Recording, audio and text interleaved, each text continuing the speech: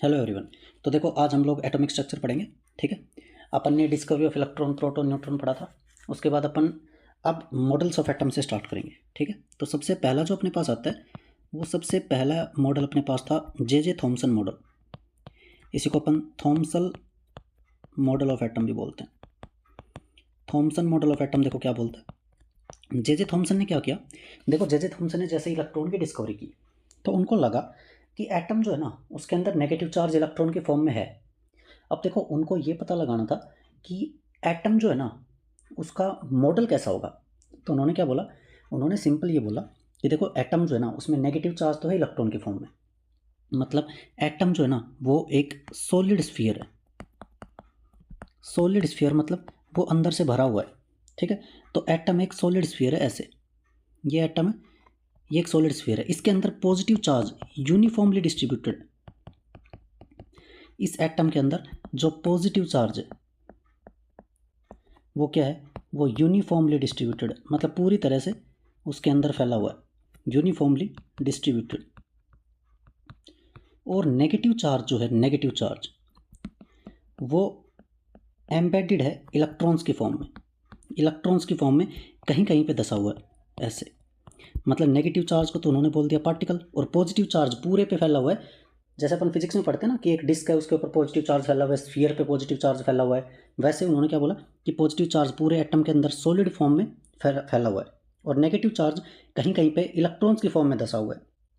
उन्होंने मतलब इसको एक तरह से अपन वाटरमेलन मॉडल ऑफ एटम भी बोलते हैं। जैसे अपने पास मान लो कोई भी वाटरमेलन है, उसमें होते हैं सीड्स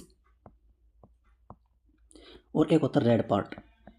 देखो वाटरमेलन का जो रेड पार्ट ना वो पॉजिटिव चार्ज को रिप्रेजेंट कर रहा है, और सीड्स जो हैं वो रिप्रेजेंट कर रहे हैं नेगेटिव चार्ज को, मतलब इलेक्ट्रॉन्स को। जैसे वाटरमेलन के अंदर पॉजिटिव चार्ज जो होता है वो रेड पार्ट को रिप्रेजेंट कर रहा है, मतलब रेड पार्ट जो है ना अपना वो मान लो पॉजिटिव चार्ज है। जैसे वाटरमेलन में रेड वाला हिस्सा फैला हुआ होता है, वैसे ही एटम के अंदर पॉजिटिव चार्ज फैला हुआ होता है। ये बोला थॉमसन ने, इसीलिए इसको अपन वाटरमेलन मॉडल ऑफ एटम भी बोलते हैं, वाटरमेलन मॉडल, या फिर इसको अपन बोलते हैं plum pudding model. Plum pudding, plum pudding model. देखो प्लम पुडिंग का मॉडल का मतलब यही है, जैसे अपने पास हलवा वगैरह होता है उसमें ड्राई फ्रूट्स वगैरह या किशमिश वगैरह ये फैले हुए होते हैं ना, उसी तरीके से जैसे वाटरमेलन के अंदर रेड पार्ट और सीड होते हैं वैसे ही सेम उसी तरीके से उन्होंने एटम के मॉडल को रिप्रेजेंट कराया, इसलिए इसको बोलते हैं अपन वाटरमेलन मॉडल या प्लम पुडिंग मॉडल। ठीक है, देखो ये मॉडल जो था ये ज़्यादा सक्सेसफुल हुआ नहीं, क्योंकि सबको पता है एटम ऐसा होता ही नहीं है। एटम के अंदर न्यूक्लियस होता है, उसके चारों तरफ इलेक्ट्रॉन रिवॉल्व करते हैं, पर ऐसी कोई चीज़ जे थॉमसन ने नहीं बताई थी, इसलिए ये जो मॉडल था ना ये हो गया था फेल। और इसके फेल होने का मेन कारण क्या था कि उन्होंने अपने को ये नहीं बताया कि इलेक्ट्रॉन्स जो है ना वो किस तरीके से अरेंज है पॉजिटिव चार्ज के अंदर। अरेंज मतलब वो क्या कर रहे हैं, वो एक जगह पर रुके हुए क्यों हैं, मतलब एक तरीके से पॉजिटिव चार्ज एक ही जगह पे आसपास कैसे है, रिपल्सन क्यों नहीं हो रहा उनके बीच में।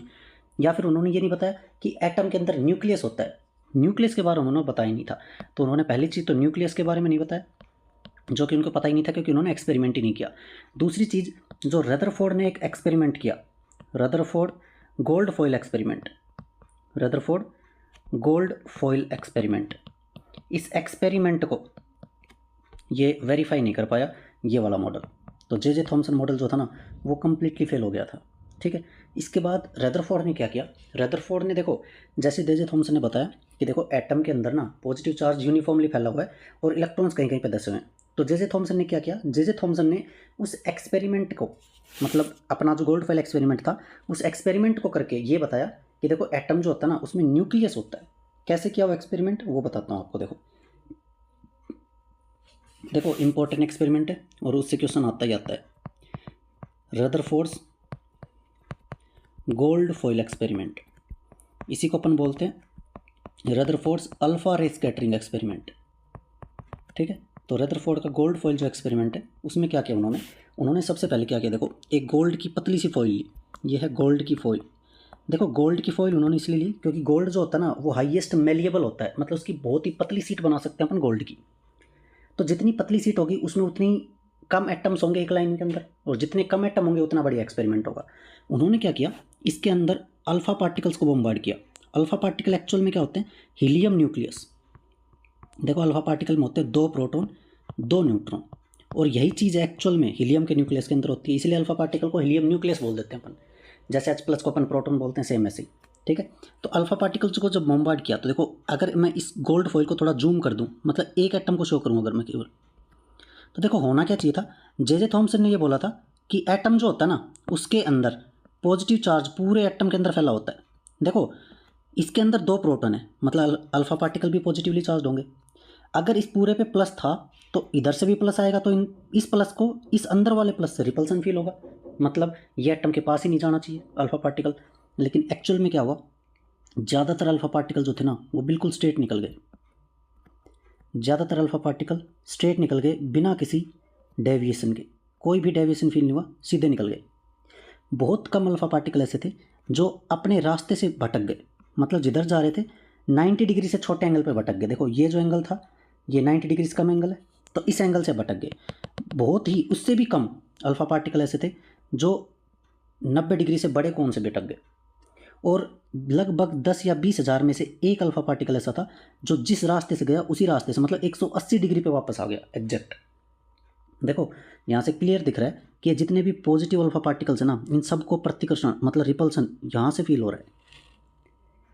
यहाँ पे कहीं पे पॉजिटिव चार्ज है, इस पॉजिटिव चार्ज के कारण ही इनको क्या हो रहा है, रिपल्सन फील हो रहा है। और इसी पॉजिटिव चार्ज को, जो सेंटर में पॉजिटिव चार्ज प्रेजेंट है, इसी को रदरफोर्ड ने बोला न्यूक्लियस। ये क्या है, ये न्यूक्लियस है, ये बोला रदरफोर्ड ने। तो रदरफोर्ड ने क्या बोला कि देखो अपना जो गोल्ड फॉइल एक्सपेरिमेंट था, रदरफोर्ड ने उसके बेस पे बोला कि एटम जो है ना, एटम उसका ज़्यादातर हिस्सा एम्प्टी है, एटम का ज़्यादातर हिस्सा एम्प्टी खाली पड़ा है, most of the space is empty. Atom के अंदर सेंटर के अंदर पॉजिटिव चार्ज कंसंट्रेटेड है, और उसी पॉजिटिव चार्ज को उन्होंने नाम दिया न्यूक्लियस। तो न्यूक्लियस की डिस्कवरी किसने की, रदरफोर्ड ने। रदरफोर्ड ने अपने गोल्ड फॉइल एक्सपेरिमेंट से या फिर अल्फा रे स्कैटरिंग एक्सपेरिमेंट से किसकी डिस्कवरी की, न्यूक्लियस की। ठीक है, पॉजिटिव चार्ज न्यूक्लियस की फॉर्म में सेंटर के अंदर प्रेजेंट है। इन्होंने ये बोला कि इसी सेंटर के अंदर in the nucleus nearly complete mass या nearly whole mass of atom, nearly whole mass of atom is present, मतलब लगभग 99.999% मास जो होता है ना एटम का, वो कहाँ पे होता है, न्यूक्लियस के अंदर। क्योंकि देखो बाहर केवल इलेक्ट्रॉन्स है, और केवल इलेक्ट्रॉन्स अगर बाहर है इसका मतलब क्या है, इसका मतलब ये है कि अंदर प्रोटॉन न्यूट्रॉन सब अंदर ही होंगे, और सब कुछ अंदर है। इलेक्ट्रॉन का मास तो वैसे ही लगभग 1800 गुना कम होता है प्रोटॉन से, मतलब एक प्रोटॉन जो होगा वो 1800 इलेक्ट्रॉन के बराबर है। तो सीधी सी बात है कि बाहर जो इलेक्ट्रॉन है और प्रोटॉन है अंदर, वो तो बराबर ही होते हैं वैल्यू, मतलब नंबर में। तो 10 प्रोटॉन 10 इलेक्ट्रॉन है किसी में, तो 10 प्रोटॉन का जो मास है वो तो बहुत ही ज़्यादा हो गया ना इलेक्ट्रॉन के कंपैरिजन में। इसलिए अपन बोल सकते हैं कि न्यूक्लियस में लगभग कंप्लीट मास किसका होता है, एटम का प्रेजेंट होता है, किसमें, कंसंट्रेटेड होता है, न्यूक्लियस के अंदर। ठीक है, इसी के बेस पे रदरफोर्ड ने अपना एक्सपेरिमेंट दिया। रदरफोर्ड ने क्या बोला, देखो रदरफोर्ड ने बोला कि जो एक्सपेरिमेंट मैंने किया ना, देखो उसके बेस पे मैं ये बोल सकता हूँ कि एटम जो होता है ना, एटम वो एक स्फीयर होता है, स्फेरिकल तो होता ही है, उसमें बीच में होता है न्यूक्लियस जिसमें पॉजिटिव चार्ज कंसंट्रेटेड होता है, और इलेक्ट्रॉन्स जो होते हैं ना वो उसके चारों तरफ चक्कर लगा रहे होते हैं। ऐसे इलेक्ट्रॉन्स इसके चारों तरफ चक्कर लगा रहे होते हैं, एग्जैक्ट वैसे ही जैसे सूरज के चारों तरफ प्लैनेट्स चक्कर लगाते हैं। सूरज के चारों तरफ प्लैनेट्स चक्कर लगाते हैं, ये तो पता ही अपने को। जैसे अर्थ मान लो सूरज के चारों तरफ चक्कर लगाती, तो प्लैनेट्स जैसे सन के चारों तरफ चक्कर लगाते हैं, वैसे ही इलेक्ट्रॉन्स न्यूक्लियस के चारों तरफ चक्कर लगाते हैं। इसीलिए इसको बोला गया planetary model of atom, planetary model of atom. ठीक है, अब देखो रदरफोर्ड ने न्यूक्लियस के बारे में तो बता दिया, अब उन्होंने ये भी बता दिया कि इलेक्ट्रॉन न्यूक्लियस के चारों तरफ चक्कर लगाएंगे। लेकिन दिक्कत पता है क्या थी, दिक्कत ये थी कि इन्होंने कुछ चीज़ों के बारे में बताया नहीं था। अब देखो साइंटिस्ट जो नया आएगा वो तो लिमिटेशंस बताएगा ना, तो लिमिटेशंस क्या थी रदरफोर्ड मॉडल की, लिमिटेशंस ये थी कि पहली चीज़ तो इन्होंने कभी भी हाइड्रोजन स्पेक्ट्रम का नाम नहीं लिया, जो बोर्स मॉडल ने एक्सप्लेन किया था, इन्होंने हाइड्रोजन स्पेक्ट्रम के बारे में कुछ बताया ही नहीं। ठीक है, दूसरी चीज़ इन्होंने ये नहीं बताया कि देखो अगर अपने पास न्यूक्लियस है, इसके चारों तरफ इलेक्ट्रॉन अगर चक्कर लगाएगा, चार्ज पार्टिकल जब भी रिवॉल्व करता है ना या एक्सेलरेट करता है तो वो एनर्जी का लॉस करता है। अगर इलेक्ट्रॉन इसके चारों तरफ चक्कर लगा रहा है और एनर्जी का लॉस कर रहा है, तो एनर्जी का लॉस करते करते करते करते करते करते वो न्यूक्लियस में गिर जाएगा। मतलब होना ये चाहिए था कि थोड़े टाइम बाद एटम जो था इतना बड़ा, वो पूरा का पूरा एटम इलेक्ट्रॉन के कारण इलेक्ट्रॉन जैसे जैसे रिवॉल्व करेगा वो आके न्यूक्लियस में गिर जाएगा, तो एटम को कोलैप्स हो जाना चाहिए था, लेकिन एटम तो एग्जैक्ट ऐसा ही दिखता है आज भी। इलेक्ट्रॉन कभी न्यूक्लियस में गिरता ही नहीं है। क्यों नहीं गिरता ये नहीं बता पाए थे रदरफोर्ड। ठीक है, तो रदरफोर्ड ने हाइड्रोजन स्पेक्ट्रम नहीं बताया, उन्होंने ये नहीं बताया कि इलेक्ट्रॉन जो है ना वो न्यूक्लियस में क्यों नहीं गिर रहा है। ठीक है, और इन्होंने एनर्जी के बारे में भी नहीं बताया था कि किसी ऑर्बिट में इलेक्ट्रॉन घूम रहा है, उस ऑर्बिट की क्या एनर्जी है, ये सब जो बोहर मॉडल ने बताया था ना, वो सारी चीज़ें नहीं बता पाए थे। ठीक है, इसके बाद अपने पास आया बोहर मॉडल। बोहर मॉडल ने क्या बताया कि देखो इलेक्ट्रॉन जो है ना वो न्यूक्लियस में क्यों नहीं गिरता है, इसका रीज़न उन्होंने बताया। उससे पहले देखो कुछ चीज़ें ऐसी हैं जो अपने को पता होनी चाहिए, जैसे कि अपने पास एक चीज़ आती है जिसको अपन बोलते हैं इलेक्ट्रोमैग्नेटिक रेडिएशन। इलेक्ट्रोमैग्नेटिक रेडिएशन, देखो इलेक्ट्रोमैग्नेटिक रेडिएशन जो होती है ना वो क्या होती है, जिसमें इलेक्ट्रिक फील्ड और मैग्नेटिक फील्ड दोनों साथ साथ में चलते हैं। जैसे मान लो ये इलेक्ट्रिक फील्ड हो गया, मैग्नेटिक फील्ड जो होगा वो एग्जैक्टली इसके परपेंडिकुलर होगा, इसके परपेंडिकुलर, ऐसे परपेंडिकुलर मतलब 90 डिग्री पे चल रहे हैं एक दूसरे से। अगर ये ऐसे चल रहा है तो ये जो इलेक्ट्रिक फील्ड था ये ऐसे चलेगा, और डायरेक्शन ऑफ प्रोपगेशन भी इधर है, मतलब तीनों आपस में क्या हो गया 90 डिग्री। ये अपना इलेक्ट्रिक फील्ड हो गया, ये हो गया मैग्नेटिक फील्ड रेड वाला, रेड वाले को अपन मैग्नेटिक बोल रहे हैं और ये वाले को इलेक्ट्रिक फील्ड बोल रहे हैं। तो इलेक्ट्रिक और मैग्नेटिक फील्ड एक दूसरे के 90 डिग्री है, और डायरेक्शन ऑफ प्रोपगेशन मतलब जिस डायरेक्शन में वेव जा रही है उसके भी क्या है 90 डिग्री पे है। अब कुछ चीज़ें ऐसी हैं जो रेडिएशन के बारे में अपने को पता होनी चाहिए। जैसे पहली जो चीज़ है वो है वेवलेंथ, इसके कैरेक्टरिस्टिक्स बता रहा हूँ मैं। पहला है वेवलेंथ। देखो वेवलेंथ जो होता है ना उसको अपन लैम्बडा से रिप्रेजेंट करते हैं। वेवलेंथ का एक्चुअली में मतलब क्या है वो बताता हूँ। देखो अगर मान लो अपने पास कोई भी वेव है, पहले डेफिनेशन बताता हूँ फिर सिंपल वर्ड्स में बताऊँगा वेवलेंथ का मतलब क्या है। अगर अपने पास मान लो कोई भी वेव है ऐसे, इस वेव में दो चीज़ें होती हैं।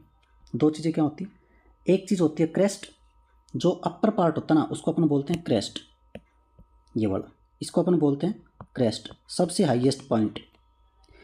सबसे लोवेस्ट पॉइंट मतलब नीचे वाली जो कर्व होती है उसको अपन बोलते हैं ट्रफ। दो आसपास वाले क्रेस्ट के बीच की जो दूरी है उसी को अपन बोलते हैं वेवलेंथ। दो आसपास वाले ट्रफ के बीच की जो दूरी है उसी को अपन बोलते हैं वेवलेंथ। एक ही बात है। वेवलेंथ का एक्चुअल मतलब ये होता है दो एडजेसेंट ट्रफ या फिर दो एडजेसेंट क्रेस्ट, दो आसपास वाले क्रेस्ट या दो आसपास वाले ट्रफ के बीच की जो दूरी है उसी को बोलते हैं वेवलेंथ। ठीक है, अब देखो मैं एक सिंपल सी चीज़ बताता हूँ आपको। अगर मान लो यहाँ से और यहाँ तक की दूरी जो है वो लैम्बडा है, लैम्बडा। अगर इसको मैं थोड़ा सा इधर सरका दूँ यहाँ पे, इसको मैं थोड़ा सा इधर सरका दूँ यहाँ पे, तो भी तो लैम्बडा ही है। देखो यहाँ से यहाँ तक लैम्बडा है, मतलब यहाँ से यहाँ तक भी तो लैम्बडा ही होगा, यहाँ से और यहाँ तक एक ही बात है। अब देखो यहाँ से यहाँ तक अगर लैम्बडा है मतलब ये एक वेव ही तो है, एक ही तो वेव है। एक वेव की जो लेंथ है उसी को अपन क्या बोलते हैं वेव लेंथ। वेव लेंथ मतलब लेंथ ऑफ वन वेव, समझ गए। इसकी जो यूनिट होती है ये यूनिट वही होती है जो डिस्टेंस की यूनिट होती है, मीटर, सेंटीमीटर, नैनोमीटर, etc। ये सब होती है वेवलेंथ की यूनिट। ठीक है, अब देखो एक चीज़ अपने पास आती है जिसको अपन बोलते हैं फ्रीक्वेंसी।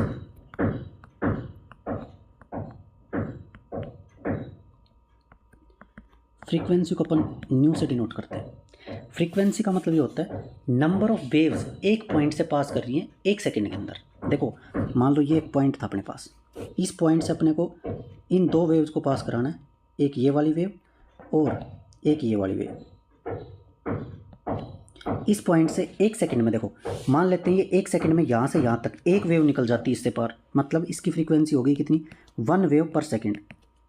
ठीक है, ये एक सेकंड में इतनी जाएगी क्योंकि दोनों की स्पीड सेम है। तो अगर ये भी एक सेकंड में इतना डिस्टेंस ट्रेवल करेगी मतलब इतनी वेव चली जाएगी, मतलब कितनी वेव जाएगी 2, तो इसकी फ्रीक्वेंसी क्या आ गई 2 वेव पर सेकेंड। एक सेकंड में एक गिवन पॉइंट से कितनी वेव्स पास हो सकती हैं उसको बोलते हैं फ्रीक्वेंसी। देखो क्लियरली दिख रहा है, वेव लेंथ जितनी ज़्यादा फ्रीक्वेंसी कम, वेवलेंथ कम फ्रीक्वेंसी ज़्यादा। मतलब अपन ये बोल सकते हैं कि फ्रीक्वेंसी जो होती है ना वो इन्वर्सली प्रोपोर्शनल होती है वेवलेंथ के। और अगर इसी प्रोपोर्शनलिटी के साइन को अपन हटाते हैं तो ये आता है c बाय लैम्बडा, ये आता है c बाय लैम्बडा। ठीक है, ये सी जो होता है ये होता है स्पीड ऑफ लाइट, ये तो आपको पता ही होगा, स्पीड ऑफ लाइट। और स्पीड ऑफ लाइट कितनी होती है? 3 × 10⁸ मीटर पर सेकेंड, ये होती है स्पीड ऑफ लाइट। ठीक है, तो वेवलेंथ अगर निकालनी है तो फ्रीक्वेंसी देगा, और स्पीड ऑफ लाइट अपने को पहले से पता है, मीटर पर सेकंड में ध्यान रखना बस। इसकी यूनिट क्या हो जाएगी? फ्रीक्वेंसी की यूनिट होती है सेंटीमीटर इनवर्स। इसी सेंटीमीटर इनवर्स को अपन हर्ट्ज बोल देते हैं। ठीक है, दोनों एक ही चीज़ है, हर्ट्ज या सेंटीमीटर इनवर्स एक ही चीज़ है। ठीक है, अब अगली जो चीज़ अपने पास आती है उसको अपन बोलते हैं वेव नंबर। थर्ड जो चीज़ है उसको अपन बोलते हैं वेव नंबर। वेव नंबर मतलब न्यू बार। देखो वेव नंबर का एक्चुअल मतलब क्या है वो बताता हूँ। ठीक है, वेव नंबर एक्चुअल में होता है 1/λ। इस 1/λ का मतलब क्या है वो बताता हूँ मैं। ठीक है, देखो अगर मैं बोलूँ कि अपने पास कोई भी एक वेव थी, ठीक है, इसको थोड़ा सही से बना देता हूँ। मान लो अपने पास एक ये वेव है। ठीक है, अगर मैं बोलूँ कि इसकी वेवलेंथ है 1 मीटर, लैम्बडा कितना है? 1 मीटर, या फिर अपन मान लेते हैं लैम्बडा जो है वो इसका 2 मीटर है, कुछ ही मान सकते हैं अपने हिसाब से। देखो एक यूनिट डिस्टेंस में कितनी नंबर ऑफ वेव्स आ रही हैं, वही होता है wave number. Number of waves, wave number मतलब number of waves in unit distance. देखो यहाँ से मैं बोल सकता हूँ एक लैम्बडा जो है वो 2 मीटर के बराबर है, मतलब एक वेव की लेंथ है 2 मीटर, तो 2 मीटर के अंदर कितनी वेव जाएंगी? एक वेव आएगी। तो बताओ 1 मीटर में कितनी वेव आएगी? 1/2 वेव्स। 1 मीटर में जितनी वेव्स आएंगी ना वही न्यू बार होता है, तो इसका न्यू बार आ गया 1/2। और 2 क्या है यहाँ पे? लैम्बडा ही तो था 2, तो 1/λ आ गया क्या? Wave number. एक यूनिट डिस्टेंस में कितनी वेव्स आ सकती हैं उसको बोलते हैं वेव नंबर। समझ गए? यूनिट क्या हो जाएगी इसकी? लैम्बडा का उल्टा, centimetre inverse, metre inverse, nanometre inverse, ये सब, ये हो गए वेव नंबर की यूनिट। ठीक है, अगली चीज़ अपने पास आती है स्पीड ऑफ रेडिएशन। ये तो अपने को पता ही है कि स्पीड ऑफ रेडिएशन जो होती है वो स्पीड ऑफ लाइट के बराबर होती है लगभग, और इसको अपन सी से रिप्रेजेंट करते हैं, 3 × 10⁸ मीटर पर सेकेंड।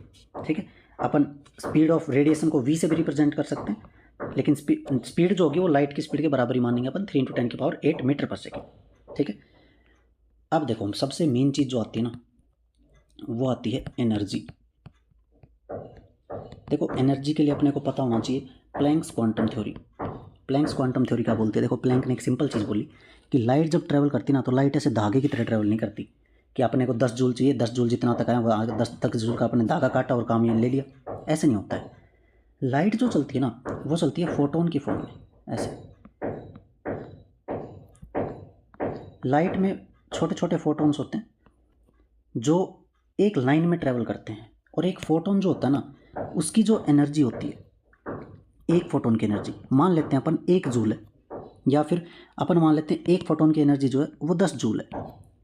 अगर अपन ने 5 फोटोन को एब्जॉर्व किया तो एनर्जी आ जाएगी 50 जूल। अगर ज़िंदगी में आपको 40 जूल एनर्जी चाहिए तो 4 फोटोन एनर्जी एब्जॉर्व कर लोगे आप, लेकिन अगर आपको चाहिए 15 जूल एनर्जी तो ज़िंदगी में ले ही नहीं पाओगे। क्यों? क्योंकि एक फोटोन एब्जॉर्व होगा 10 जूल, दूसरा एब्जॉर्व होती है 20 जूल, 15 जूल तो आ ही नहीं पाएगा। इसका मतलब ये है कि एनर्जी जो है ना वो क्वांटा मतलब फोटोन्स की फॉर्म में क्या होती है? एब्जॉर्ब होती है। इसी को एक पार्टिकल को अपन बोल रहे हैं फोटोन। ये एक्चुअल पार्टिकल नहीं है, ये फोटोन है। एनर्जी और का पैकेट है, पैकेट ऑफ एनर्जी बोलते हैं इसको, फोटोन या फिर क्वांटा, इसीलिए इसको क्वांटम थ्योरी बोलते हैं। ठीक है, अब ये जो फोटोन है ना मिनिमम एक फोटोन एब्जॉर्ब करना ही करना पड़ेगा, और एक फोटोन एब्जॉर्ब करना पड़ेगा इसका मतलब मिनिमम एनर्जी कितनी हो सकती है? इस केस में 10 जूल। एग्जाम्पल लिया बस मैंने।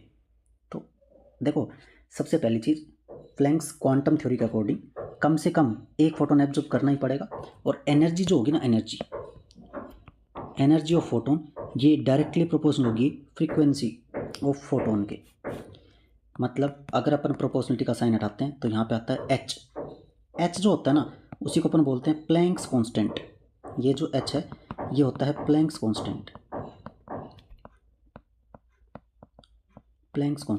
और एच की जो वैल्यू होती है वो होती है 6.63 × 10⁻⁻34 जूल सेकेंड। ये होती है एच की यूनिट, एच की वैल्यू। एच की अपन एक और वैल्यू लेते हैं 6.626 इंटू 10⁻⁻34 जूल सेकेंड। दोनों में से कोई भी ले सकते हो, एक ही बात है, ठीक है। जनरली अपन ये वाला यूज़ करते हैं कैलकुलेशन को आसान करने के लिए, ठीक है। अगर अपने पास देखो ये जो चीज़ है ना, ये एक फोटोन के लिए, फॉर 1 फोटोन, अगर अपन n फोटॉन्स की बात करें, for n photons, n photons की अगर बात करें तो n फोटॉन्स के लिए यही चीज़ हो जाएगी, एक फोटोन की जितनी है उसको n से मल्टीप्लाई कर दो बस, सिंपल, NH न्यू। ये हो गया अपने पास एक फोटोन की एनर्जी की जगह n फोटॉन्स की एनर्जी। अब मेरे को एक बात बता दो सिंपल सी, अगर मैं बोलूँ इसको इक्वेशन नंबर 1, अपने को ये पता है कि न्यू इक्वल्स टू c/λ होता है, ये इक्वेशन 2 है, इस 2 को उठा के एक में रख दो तो अपने पास ये बन जाएगा NH न्यू की जगह c/λ। ये इक्वेशन 3 जो है ये एनर्जी और लैम्बडा के बीच का रिलेशन है, मतलब एनर्जी दे रखी है, नंबर ऑफ फोटॉन्स दे दिए, एच अपने को पता ही है, सी अपने को पता है, और लैम्बडा ये अपन कर देंगे बस। तो लैम्बडा निकाल सकते हैं, एनर्जी दे रखी है तो एनर्जी निकाल सकते हैं अगर लैम्बडा दे रखा है तो, ठीक है। तुम ये भी कर सकते हो कि लैम्बडा से पहले फ्रीक्वेंसी निकाल दो, फ्रीक्वेंसी को यहाँ रख दो, एक ही बात है। मैं जनरली सजेस्ट करता हूँ ये वाला डायरेक्ट NH अपन लैम्बडा लगाओ, लैम्बडा दे रखा है, ये निकल जाएगा। अच्छा एक चीज़ और भी है, अगर वेव नंबर दे रखा हो तो, वेव नंबर दे रखा हो तो अपने को पता ही, वेव नंबर क्या होता है 1/λ। तो लैम्बडा की जगह में क्या लिख सकता हूँ, लैम्बडा की जगह में लिख सकता हूँ 1/न्यू बार। तो इस लैम्बडा की जगह 1/न्यू बार रखोगे अगर, तो वो रखने से E = NHc न्यू बार आ जाएगा। ये इक्वेशन नंबर 4 एनर्जी और वेव नंबर के बीच में रिलेशन है, सही बात है। तो ये जो है ना, ये सब चीज़ें इलेक्ट्रोमैग्नेटिक रेडिएशन के बारे में मैंने इसलिए बताई क्योंकि ये बोर मॉडल में काम आएंगे, ठीक है। अब अपन मेन टॉपिक पे चलते हैं जो कि है बोर्स मॉडल। देखो नील्स बोर ने ना एक एटॉमिक मॉडल दिया अपने को, उन्होंने क्या बोला, बोर्स मॉडल जो नील्स बोर ने दिया था, बोर्स मॉडल ऑफ एटम। देखो नील्स बोर ने क्या बोला, उन्होंने बोला देखो पहली चीज़ तो ये है कि एटम जो होता है ना, उसमें न्यूक्लियस के चारों तरफ कुछ ऑर्बिट्स होते हैं जो कि फिक्स होते हैं, फिक्स मतलब स्टेशनरी होते हैं। इन ऑर्बिट की जो एनर्जी है ना वो कभी भी चेंज नहीं होती है, ये होते हैं स्टेशनरी, मतलब इनकी एनर्जी जो होती है ना वो फिक्स होती है। अब इलेक्ट्रॉन मान लो ये ऑर्बिट है और इसकी एनर्जी है 100 जूल। इलेक्ट्रॉन जब तक इस ऑर्बिट में रिवॉल्व करेगा ना उसकी एनर्जी 100 जूल होगी, उससे कम नहीं हो पाएगी। जैसे ही इलेक्ट्रॉन की एनर्जी कम होगी वो इस ऑर्बिट के अंदर जंप कर जाएगा, इस वाले ऑर्बिट के अंदर। अब देखो इससे नीचे तो ऑर्बिट पॉसिबल नहीं है, तो इससे नीचे इलेक्ट्रॉन जाएगा नहीं, मतलब इलेक्ट्रॉन कभी भी न्यूक्लियस में गिरेगा ही नहीं, सिंपल चीज़। अब देखो उन्होंने ये बोला केवल वही ऑर्बिट पॉसिबल है जिनका एंगुलर मोमेंटम, जिनका एंगुलर मोमेंटम जो होगा वो h/2π के मल्टीपल में होगा, मतलब NH/2π होगा। n कुछ भी हो सकता है 1 से लेके आगे तक, मतलब नेचुरल नंबर कुछ भी हो सकता है।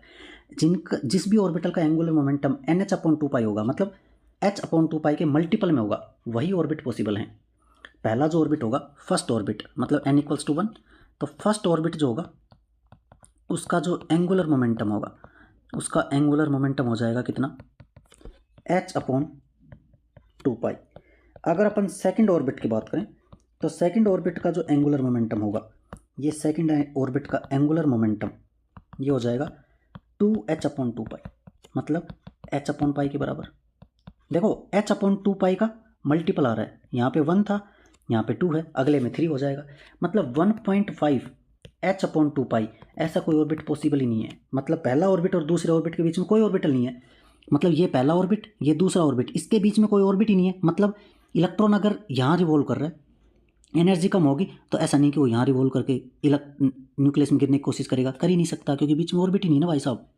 जब ऑर्बिट ही नहीं है तो रिवॉल्व कहाँ करेगा, ऑर्बिट ही केवल 2 के बाद सीधा 1 है, तो बीच में तो इलेक्ट्रॉन रिवॉल्व ही नहीं कर पाएगा, एनर्जी लॉस करेगा तो यहाँ नहीं आ पाएगा बीच वाले जगह पे, केवल पहले में आ सकता है। इससे नीचे जाने की कोशिश करेगा 1 से न्यूक्लियस में नहीं गिर पाएगा, क्यों, क्योंकि जहाँ रिवॉल्व करना है वहाँ तो ऑर्बिट ही नहीं है। तो फर्स्ट ऑर्बिट से नीचे ऑर्बिट होता ही नहीं है, मतलब इलेक्ट्रॉन उससे नीचे जा ही नहीं सकता, और जा ही नहीं सकता इसका मतलब न्यूक्लियस में कभी भी इलेक्ट्रॉन गिर ही नहीं पाएगा, समझ गए। एंगुलर मोमेंटम NH/2π के बराबर होता है, ठीक है, इसको ध्यान रखना, भयंकर इंपॉर्टेंट है, क्वेश्चन आ सकता है डायरेक्ट, ठीक है, समझ गए। अगली चीज़ बोर ने क्या बोली, देखो बोर पहली चीज़ तो बता देता हूँ, ये बोर मॉडल जो होता है ना वो ओनली सिंगल इलेक्ट्रॉन स्पीसीज, मतलब हाइड्रोजन और हाइड्रोजन लाइक हाइड्रोजन और हाइड्रोजन लाइक स्पीसीज पे लगता है। हाइड्रोजन लाइक स्पीसीज मतलब जिसमें एक इलेक्ट्रॉन होता है, जैसे कि helium plus, Li+2, beryllium +3 etc। केवल इन सब पे लगता है, बाकी किसी पे भी नहीं लगेगा। ठीक है। अगली चीज़ क्या बोली देखो बोहर ने ये बोला सिंपल सी चीज़ कि अगर मान लो अपने पास कोई भी एटम है, उसमें होगा न्यूक्लियस। इस न्यूक्लियस के की अगर अपन बात करें तो देखो, अगर मैं बोलूं कि अपने पास ये जो न्यूक्लियस था, इसके चारों तरफ ये फर्स्ट ऑर्बिट है, ये सेकंड ऑर्बिट है और ये थर्ड ऑर्बिट है। ठीक है। अगर अपन बोलें कि यहाँ पे ये जो ऑर्बिट है इसकी एनर्जी है E1, इसकी एनर्जी है E2 और इसकी एनर्जी है E3। अगर कोई इलेक्ट्रॉन n=1 में प्रेजेंट है, मतलब फर्स्ट ऑर्बिट में प्रेजेंट है, अगर ये इलेक्ट्रॉन यहाँ पे जाना चाहता है, देखो अगर मैं बोल लेता हूँ E1 जो है वो 100 जूल है फिलहाल एग्जाम्पल के लिए, E2 जो है वो 400 जूल है और E3 जो है ये अपन मान लेते हैं 800 जूल है। अगर इलेक्ट्रॉन को फर्स्ट ऑर्बिट से सेकंड ऑर्बिट में जाना है तो उसको कितनी एनर्जी गेन करनी पड़ेगी? अगर मान लो इलेक्ट्रॉन 100 जूल के ऑर्बिट में घूम रहा है, अब उसको 400 वाले में जाना है तो 300 गेन करनी पड़ेगी। तो कितनी एनर्जी गेन करनी पड़ेगी, वो किसके बराबर आएगा? E2 minus E1। जहाँ पे जाना है उसमें से जितनी एनर्जी अभी है उसको माइनस कर दो। 100 पे है, 400 पे जाना है तो 300 गेन करनी पड़ेगी। 400 माइनस 100, सही बात है। तो अगर इलेक्ट्रॉन 400 पे रिवॉल्व कर रहा है और 800 पे जाना है तो कितनी एनर्जी गेन करनी पड़ेगी? E3 माइनस E2, सही बात है। तो जिस भी इलेक्ट्रॉन को एक्साइटेड स्टेट में जाना है, मतलब एक्साइटेड स्टेट का मतलब क्या है? जहाँ इलेक्ट्रॉन फिलहाल है उसको अपन बोलते हैं ग्राउंड स्टेट। E1 ये अपनी ग्राउंड स्टेट होगी, हाइड्रोजन की बात कर रहे हैं अपन, ये है ग्राउंड स्टेट। अगर इलेक्ट्रॉन को E2 पे जाना है तो E2 जो होगी ना वो इलेक्ट्रॉन की एक्साइटेड स्टेट हो जाएगी। इसी को अपन बोलते हैं फर्स्ट एक्साइटेड स्टेट, पहली एक्साइटेड स्टेट। देखो पहली बार इलेक्ट्रॉन जो है ना वो ग्राउंड स्टेट से निकल के एक्साइटेड स्टेट में गया, ये एक्साइटेड स्टेट पहली एक्साइटेड स्टेट है E2। तो number of excited state hydrogen के लिए क्या हो जाएगी? जिस ऑर्बिट में वो घूम रहा है वो एक ज़्यादा होना चाहिए ग्राउंड स्टेट से। मतलब देखो E1 जो था वो ग्राउंड स्टेट था, तो E2 क्या होगा? First excited state. E3 का मतलब सेकंड एक्साइटेड स्टेट। ऐसे पहली बार एक्साइट होके वो 2 में जाएगा, दूसरी बार एक्साइट होके 3 में जाएगा, ये सेकंड एक्साइटेड स्टेट। तो ग्राउंड स्टेट E1 मतलब N1, n=2 क्या हो जाएगी? फर्स्ट एक्साइटेड स्टेट, और n=3 क्या हो जाएगी? Second excited state. ठीक है। अब देखो उन्होंने एक सिंपल सी चीज़ अपने को बताई कि अगर अपने को एनर्जी ऑफ किसी भी ऑर्बिट निकालनी है, किसी भी ऑर्बिट की एनर्जी, वो अपने पास होती है -13.6 Z²/n² इलेक्ट्रॉन वोल्ट पर एटम। ये अपने पास क्या होती है? किसी भी ऑर्बिट की एनर्जी होती है। मतलब कोई भी ऑर्बिट अगर अपने पास है, उस ऑर्बिट की एनर्जी अपने को निकालनी है हाइड्रोजन या हाइड्रोजन लाइक स्पीसीज के लिए, तो उसका फॉर्मूला सिंपल ये है। ठीक है। अब देखो इससे अपन क्या कर सकते हैं? इससे अपन ये कर सकते हैं, अगर अपन हाइड्रोजन एटम की बात करें, फॉर हाइड्रोजन एटम अपन ये कर सकते हैं फर्स्ट ऑर्बिट के लिए। पहले अपन निकालेंगे n=1 फर्स्ट ऑर्बिट के लिए E1 निकालेंगे, यह आ जाएगा -13.6 इंटू हाइड्रोजन एटम के लिए Z की वैल्यू 1, Z मतलब एटॉमिक नंबर, तो 1² अपॉन नीचे भी 1², तो E1 आ गया अपने पास -13.6 इलेक्ट्रॉन वोल्ट पर एटम। ये आ गई है फर्स्ट ऑर्बिट की एनर्जी। अगर अपन सेकंड ऑर्बिट की एनर्जी निकालें तो वो होगी E2 की वैल्यू क्या आ जाएगी? E2 आ जाएगा -13.6, Z तो हो जाएगा 1 और N हो जाएगा 2। तो E2 की जो वैल्यू आएगी वो क्या आएगी? -13.6 डिवाइड बाय 4, ये आएगा। इसको अगर अपन सोल्व करते हैं तो इसको सोल्व करने से अपने पास क्या आएगा? ये आ जाएगा 3.4 इलेक्ट्रॉन वोल्ट पर एटम। ये आ गया अपने पास, ये आ गया है E2। देखो जैसे जैसे अपन न्यूक्लियस से दूर जा रहे हैं, एनर्जी जो है ना वो क्या होती जा रही है? कम होती जा रही है। देखो 13.6 -13.6 -3.4, ये नेगेटिव में कम हो रही है पर एक्चुअल में तो बढ़ी रही है ना। देखो -13.6 से बड़ा होता है -3.4, मतलब एनर्जी इंक्रीज हो रही है। देखो न्यूक्लियस की तरफ जाएंगे फोर्स ऑफ अट्रैक्शन बढ़ेगा, एनर्जी घटेगी, सही बात है। न्यूक्लियस से दूर जाएंगे फोर्स ऑफ अट्रैक्शन कम होगा, एनर्जी बढ़ेगी, और एक्चुअल में बढ़ी रही है। देखो 13.6 से 3.4 होगी माइनस में, तो इसका मतलब नेगेटिव में जितना कम उतना ही ज़्यादा, सही बात है। तो E1 E2 देखो एनर्जी में क्या हो रहा है? इंक्रीज हो रहा है, सही बात है। अगर आप E3 निकालने की कोशिश करोगे तो E3 की जो वैल्यू आएगी ना वो आएगी -13.6 इंटू 1² अपॉन 3²। इससे अपन ये बता सकते हैं कि E3 जो आएगा ना देखो वो और भी कम हो जाएगा। कैसे? मतलब और भी डिफरेंस जो है ना वो कम हो जाएगा। कैसे अभी बताता हूँ। देखो अगर अपन 13.6 से डिवाइड बाय क्या कर देंगे 9, तो ये अपने पास आ जाएगा -1.51 अप्रोक्स इलेक्ट्रॉन वोल्ट पर एटम। देखो ये जो डिफरेंस है, डिफरेंस E1 और E2 का जो डिफरेंस था वो लगभग 10 के बराबर। देखो 13.6 3.4 लगभग 10.2 के आसपास। यहाँ पे 10 का अंतर है, पर यहाँ पे देखो केवल लगभग 1.5 या 1.7 के आसपास का अंतर है। E1 E2 में जो अंतर होता है ना, E2 माइनस E1, ये ज़्यादा होता है E3 माइनस E2 से, और ये ज़्यादा होता है E4 माइनस E3 से। जैसे जैसे अपन चलते जाएंगे एडजेसेंट वाले, आसपास वाले की एनर्जी का जो डिफरेंस है वो क्या होता जाएगा, घटता हुआ जाएगा। एनर्जी का ऑर्डर है केवल, ठीक है। तो इसको ध्यान रखना है, इससे भी क्वेश्चन हो सकता है, समझ गए ना। तो किसी भी एटम की अपन एनर्जी निकाल सकते हैं किसके बेस से, इस फॉर्मूला के बेस पे।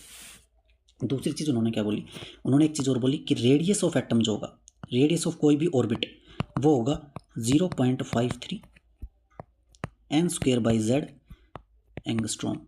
ये उन्होंने बोला रेडियस ऑफ किसी भी ऑर्बिट के बारे में। अगर अपन हाइड्रोजन एटम की बात करें, फॉर हाइड्रोजन एटम जेड की वैल्यू 1, तो बताओ R1 क्या आ जाएगा 0.53 इंटू 1 का स्क्वायर डिवाइड बाई 1, क्योंकि n भी 1 है और जेड भी 1 है। ये अपन फर्स्ट ऑर्बिट के लिए देख रहे हैं, n = 1 के लिए। तो R1 कितना आ गया 0.53 एंगस्ट्रॉम। ये अपने पास आ गया R1 की वैल्यू। अगर अपन R2 निकालें यहाँ से, तो R2 क्या आ जाएगा, देखो R2 आ जाएगा 0.53 इंटू 2 का स्क्वायर डिवाइड बाई 1, तो R2 आ गया 0.53 इंटू 4 एंगस्ट्रॉम। ऐसे ही R3 निकाल सकते हैं। अभी तक आप समझ ही गए होंगे क्या होने वाला है कि R3 जो होगा वो 3 का स्क्वायर मतलब 0.53 इंटू 9 एंगस्ट्रॉम आ जाएगा।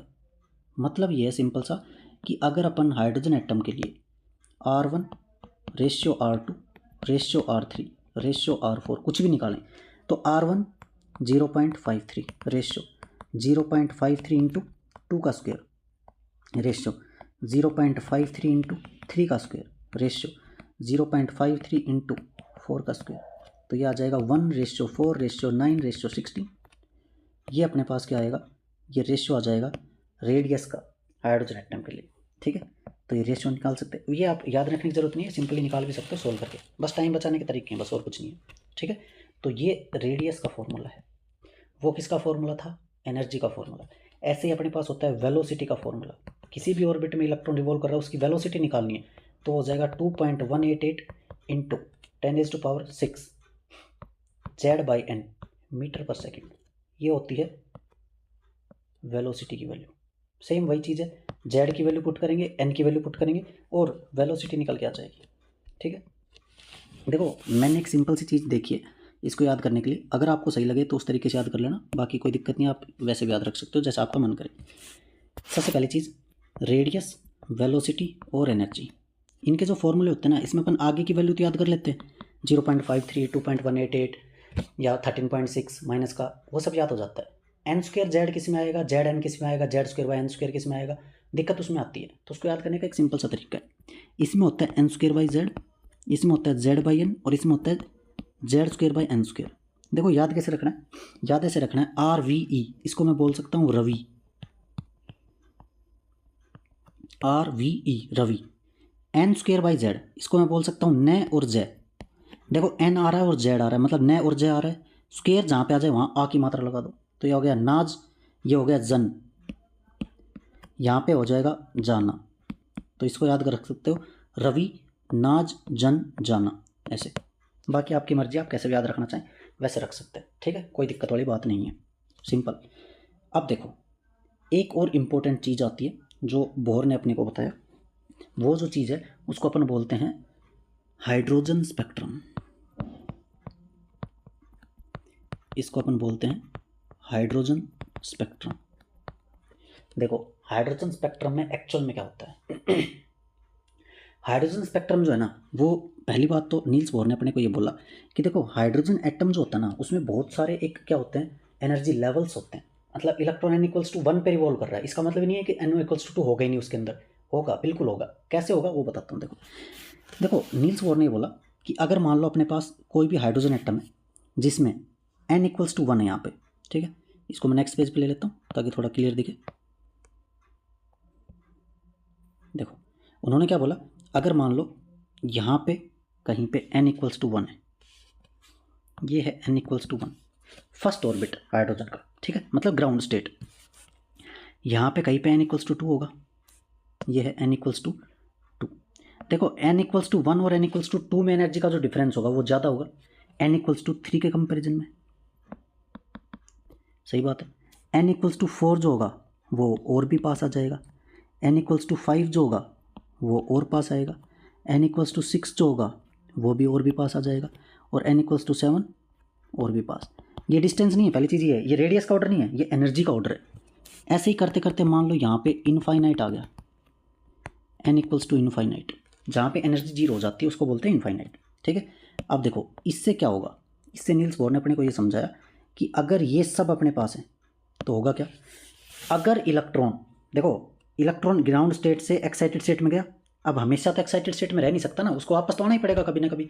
जब इलेक्ट्रॉन वापस आएगा तो एनर्जी को लॉस करेगा, और वो एनर्जी को लॉस करता है रेडिएशन की फॉर्म में। किस फॉर्म में, रेडिएशन की फॉर्म में।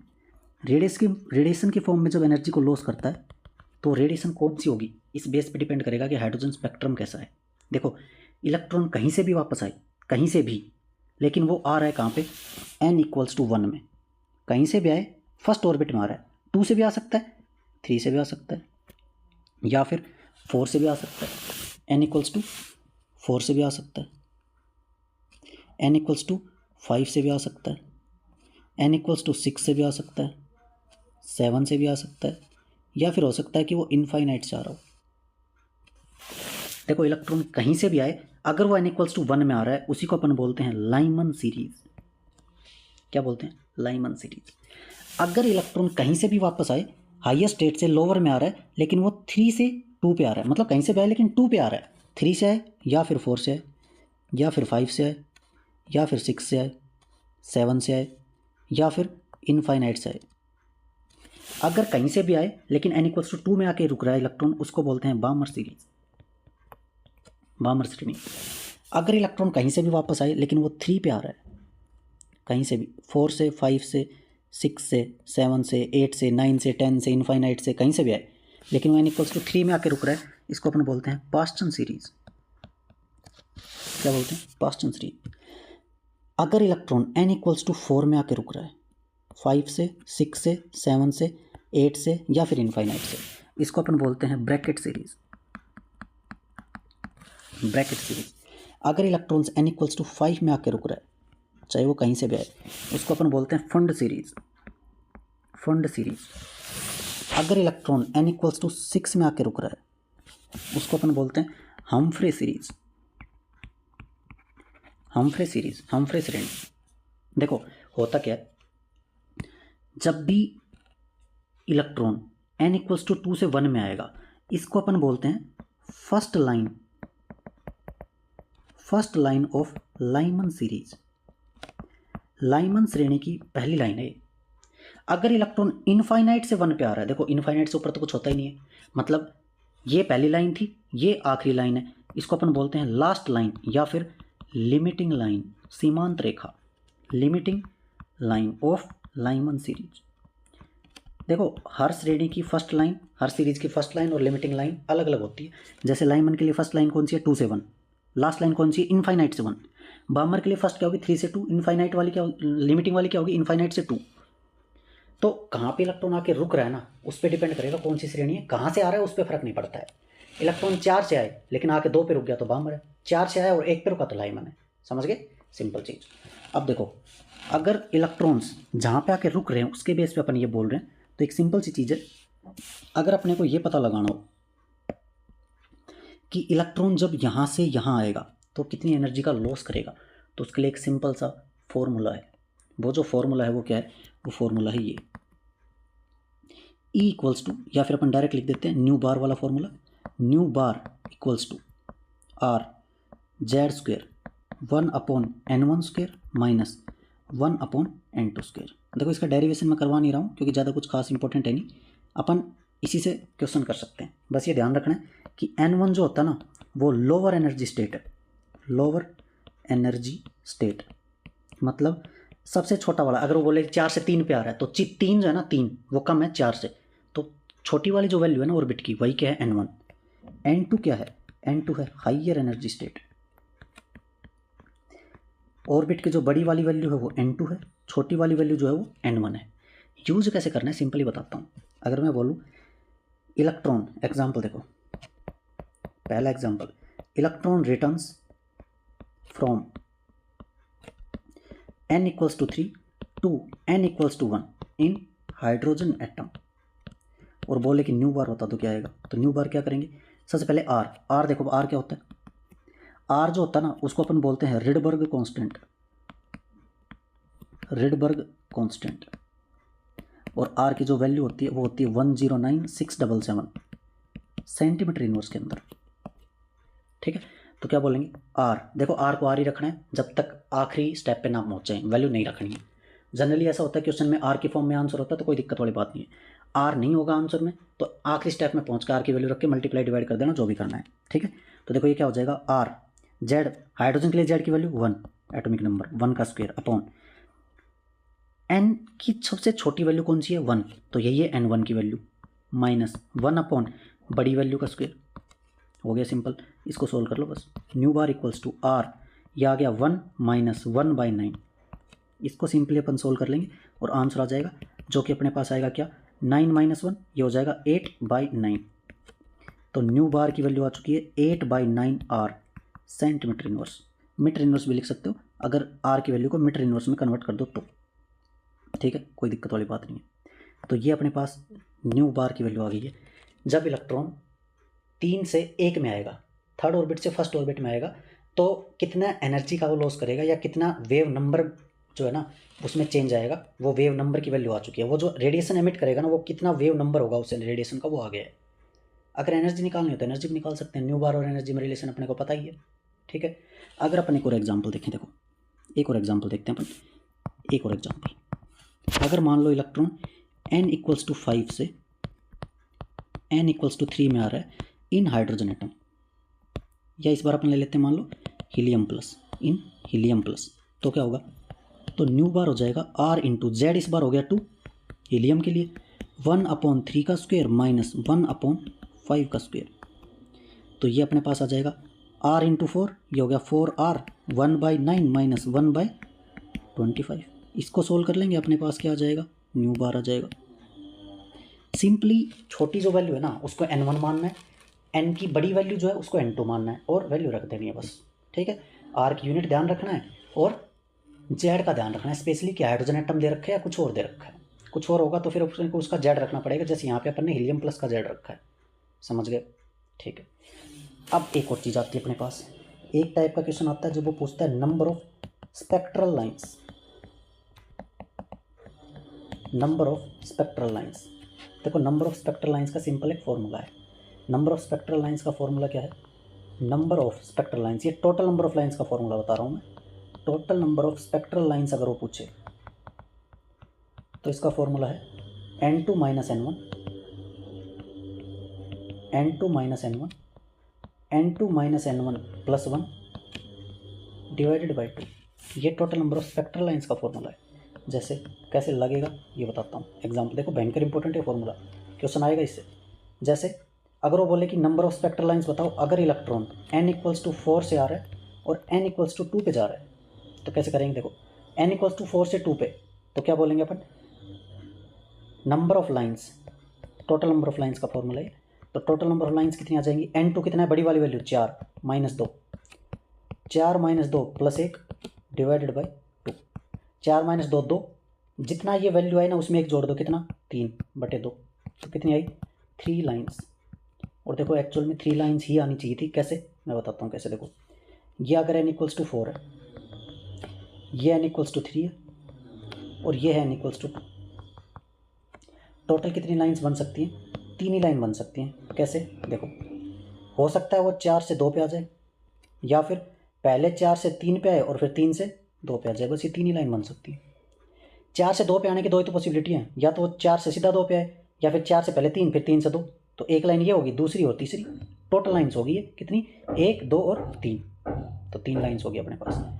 अगर वो पूछता है ये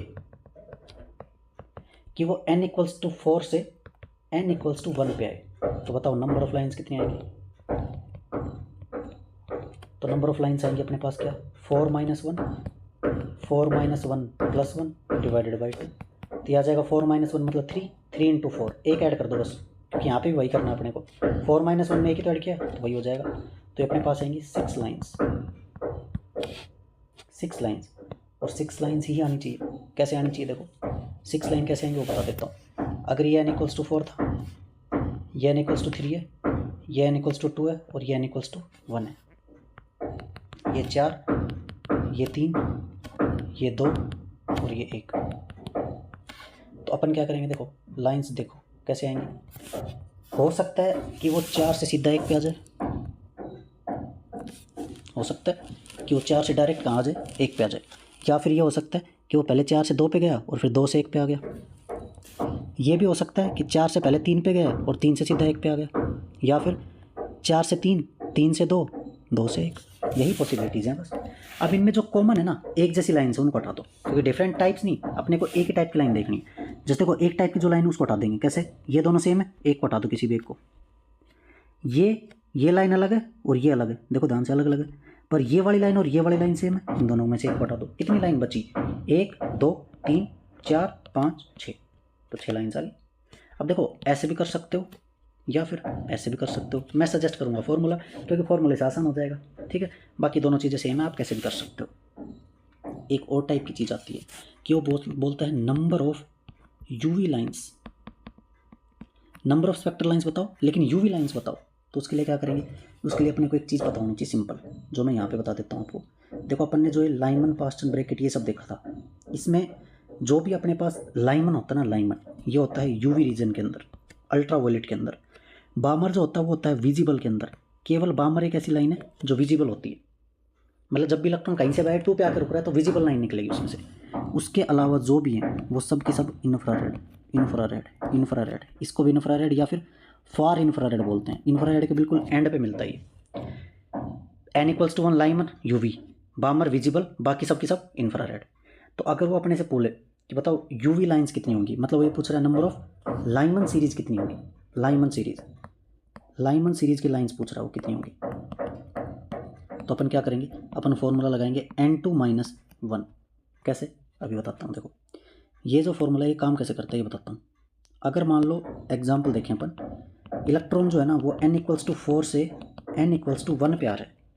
तो देखो n इक्वल्स टू 4 से 1 पे आने की कितनी पॉसिबिलिटी है, 6 लाइन्स हैं। इन 6 लाइन्स में देखो ये रहा, इन 6 लाइन्स में से कितनी लाइन ऐसी हैं जो केवल कहाँ पे आ रही हैं, n इक्वल्स टू 1 पे आ रही हैं, वही तो होंगी यूवी वाली लाइन्स। n इक्वल्स टू 1 पे आ रही हैं, वो कितनी लाइन्स है देखो। तो वो कहाँ से कहाँ आ सकती है, या तो 4 से 1 पे आ सकती हैं, देखो 4 से 1, या फिर 3 से 1, या फिर 2 से 1, ये 3 ही लाइन्स है। ये वाली तो कॉमन है इसके जैसी, तो इसको हटा दिया। कितनी लाइन्स है, 3, मतलब एक्चुअल में कितना आया, नंबर ऑफ यूवी लाइन्स कितनी आ गई, 4 माइनस 1 मतलब 3 लाइन्स। जो भी हाईएस्ट वैल्यू है उसमें से 1 माइनस कर देंगे। कंडीशन यही है कि n1 जो है ना वो 1 ही होना चाहिए, मतलब इलेक्ट्रॉन अगर वो बोल दे कि, एक और एग्जांपल मैं लेता हूँ, वो बोले n इक्वल्स टू 4 से n इक्वल्स टू 2 पे आया, बताओ यूवी लाइंस कितनी आएंगी, 1 भी नहीं आएगी। क्यों नहीं आएगी, 0 यूवी लाइंस, क्योंकि इलेक्ट्रॉन 2 तक आके रुक गया। 4, n equals to 4, n equals to 3, n equals to 2 और n इक्वल्स टू 1। इलेक्ट्रॉन 4 से 2, 3 से 2, बस 1 पे तो आया ही नहीं। अगर इलेक्ट्रॉन 2 पे आके रुक गया इसका मतलब वो 1 पे तो आया ही नहीं, और 1 पे आया नहीं मतलब लाइमन सीरीज ही नहीं है उसके अंदर, मतलब यूवी लाइंस 0। सिंपल इसी तरीके से अपन बता सकते हैं number of visible lines, number of visible lines मतलब बामर सीरीज। अगर नंबर ऑफ विजिबल लाइंस बतानी है तो n2 में से 2 को माइनस कर देंगे। फिर से वही कंडीशन है कि इलेक्ट्रॉन 2 से ऊपर नहीं रुकना चाहिए। तो अगर मैं बोलूँ n इक्वल्स टू 4, इससे इलेक्ट्रॉन आया n इक्वल्स टू 2 पे, या फिर n इक्वल्स टू 1 पे भी जा सकता है, कोई दिक्कत नहीं है। बस 2 से ऊपर, मतलब नहीं कि 4 से 3 पे रुक गया तो फिर बामर सीरीज आएगी नहीं।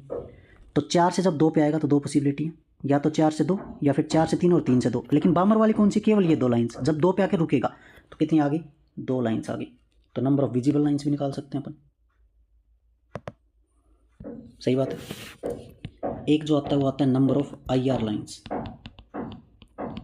नंबर ऑफ IR लाइन्स का वही फॉर्मूला है जो नंबर ऑफ टोटल लाइन्स का फॉर्मूला था, बस एक छोटी सी कंडीशन वो बता देता हूँ।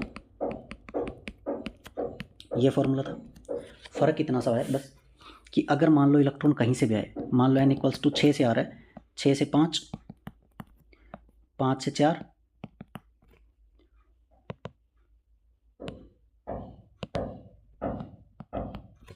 4 से 3, 3 से 2 भी आ सकता है, 2 से कहीं भी आए, 6 से 3 पे अगर आ रहा है इलेक्ट्रॉन तो देखो 6 से 3 आ सकता है, 6 से 5, 5 से 3 आ सकता है, 6 से 5, 5 से 4, 4 से 3 आ सकता है, 6 से 4 और 4 से 3 आ सकता है। अब जो भी कॉमन लाइन्स है ना उनको हटा दो, कॉमन लाइन्स को हटा दो। देखो ये दोनों सेम है, एक को हटा दो, ये दोनों सेम है तो एक को हटा दो। कितनी लाइन्स बची? 1 2 3 4 5 और 6, 6 लाइन्स आई। ये 6 की 6 क्या होंगी? इंफ्रारेड लाइन्स होगी, क्योंकि 6 से 3 तक जितनी भी आएंगी वो सब की सब IR में आती हैं, पास चंद ब्रैकेट फंड हमफ्रे सब के सब क्या है IR के अंदर। लेकिन अगर इलेक्ट्रॉन n इक्वल्स टू 6 से n इक्वल्स टू 2 में आता है तो n2 की वैल्यू तो 6 हो जाएगी, पर n1 की वैल्यू अपन 3 ही लेंगे, क्योंकि 3 से नीचे अगर 2 तक जाएंगे तो बामर भी इंक्लूड हो जाएगी ना। केवल अपने को IR लेनी है और IR केवल 3 तक ही आती है, मतलब पास्चन तक ही आती है। तो अगर n1 की वैल्यू जहाँ से इलेक्ट्रॉन आ रहा है और जहाँ पे आके रुक रहा है वो वैल्यू अगर 3 से कम है तो n1 की वैल्यू अपन 3 ही लेंगे, ठीक है। जैसे यहाँ पे 2 था, 6 से 2 पे गया इलेक्ट्रॉन, लेकिन 2 नीचे जब जाएंगे तो बामर में आ जाएंगी, तो इसका मतलब 3 या फिर उससे कम है तो n1 की वैल्यू क्या लेनी है? 3 लेनी है सिंपली। लेकिन अगर n की वैल्यू 3 से ज़्यादा दे रखी है, मतलब इलेक्ट्रॉन जहाँ पे आके रुक रहा है वो मान लो n इक्वल्स टू 6 से n इक्वल्स टू 4 पे आके रुक गया। अब इलेक्ट्रॉन जब 6 से 4 पे आके रुक गया तो 3 नहीं ले सकते। फिर अपन क्यों नहीं ले सकते? क्योंकि 4 पे आके रुक गया तो 3 की तो कोई मतलब ही नहीं है, 3 तक तो गया ही नहीं इलेक्ट्रॉन, तो कहाँ तक वैल्यू लेनी है? अगर जो वैल्यू अपने को दे रखी है वही फिर n1 की वैल्यू हो जाएगी। अगर 3 या उससे नीचे इलेक्ट्रॉन जा रहा है तब तो 3 लेनी है n1 की वैल्यू, और अगर 3 से पहले इलेक्ट्रॉन रुक गया, 4 5 6 ऐसे रुक गया, तो जो वैल्यू दे रखी है उसी पर रोक देना है, सिंपल, समझ गए? ठीक है, तो ये नंबर ऑफ IR लाइन्स का फॉर्मूला है, ठीक है। अगर ये आपको समझ में आ चुका है तो ये था हाइड्रोजन स्पेक्ट्रम, इससे क्वेश्चन आता ही आता है तो इसको बिल्कुल अच्छे से पढ़ना है। इसके बाद एक और चीज़ अपने पास आती है जिसको अपन बोलते हैं हाइजेनबर्ग अनसर्टेनिटी प्रिंसिपल। इसको अपन बोलते हैं Heisenberg uncertainty principal. Heisenberg uncertainty principal ये क्या बोलता है? देखो ये ऐसे बोलता है कि इलेक्ट्रॉन जो है ना वो बहुत ही फास्ट रिवॉल्व करता है, मतलब इलेक्ट्रॉन की जो स्पीड है ना वो 2 लाख किलोमीटर पर सेकंड के हिसाब से, मतलब बहुत ही ज़्यादा है। और इलेक्ट्रॉन अगर इतने फास्ट रिवॉल्व कर रहा है इतने छोटे एटम के अंदर, 10⁻⁻10 मीटर के रेडियस के एटम के अंदर अगर इलेक्ट्रॉन इतने फास्ट रिवॉल्व कर रहा है तो इस इलेक्ट्रॉन की पोजीशन अपन बता ही नहीं सकते। मतलब अगर आप इलेक्ट्रॉन की पोजीशन देखना चाहोगे तो उसको रेस्ट पे मानना पड़ेगा, वेलोसिटी नहीं मान सकते। अगर वेलोसिटी मेजर करोगे तो पोजीशन नहीं बता सकते कहाँ पे।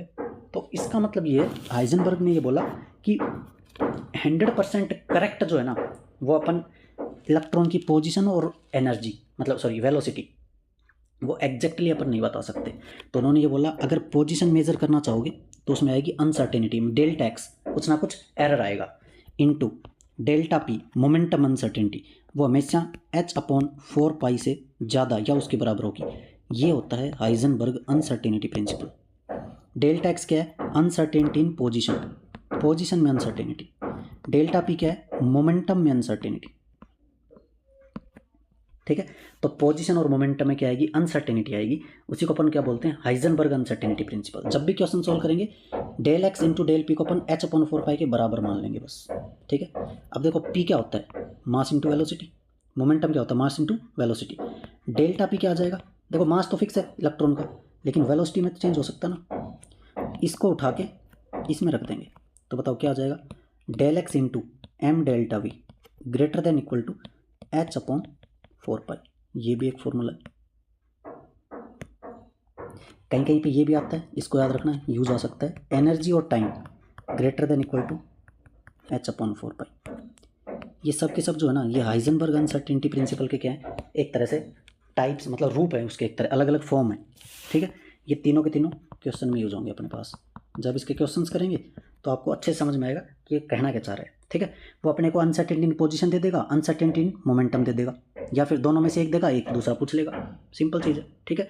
ये होता है हाइजेनबर्ग अनसर्टेनिटी प्रिंसिपल, ये भी इंपॉर्टेंट है, इसको अच्छे से ध्यान रखना है, ठीक है।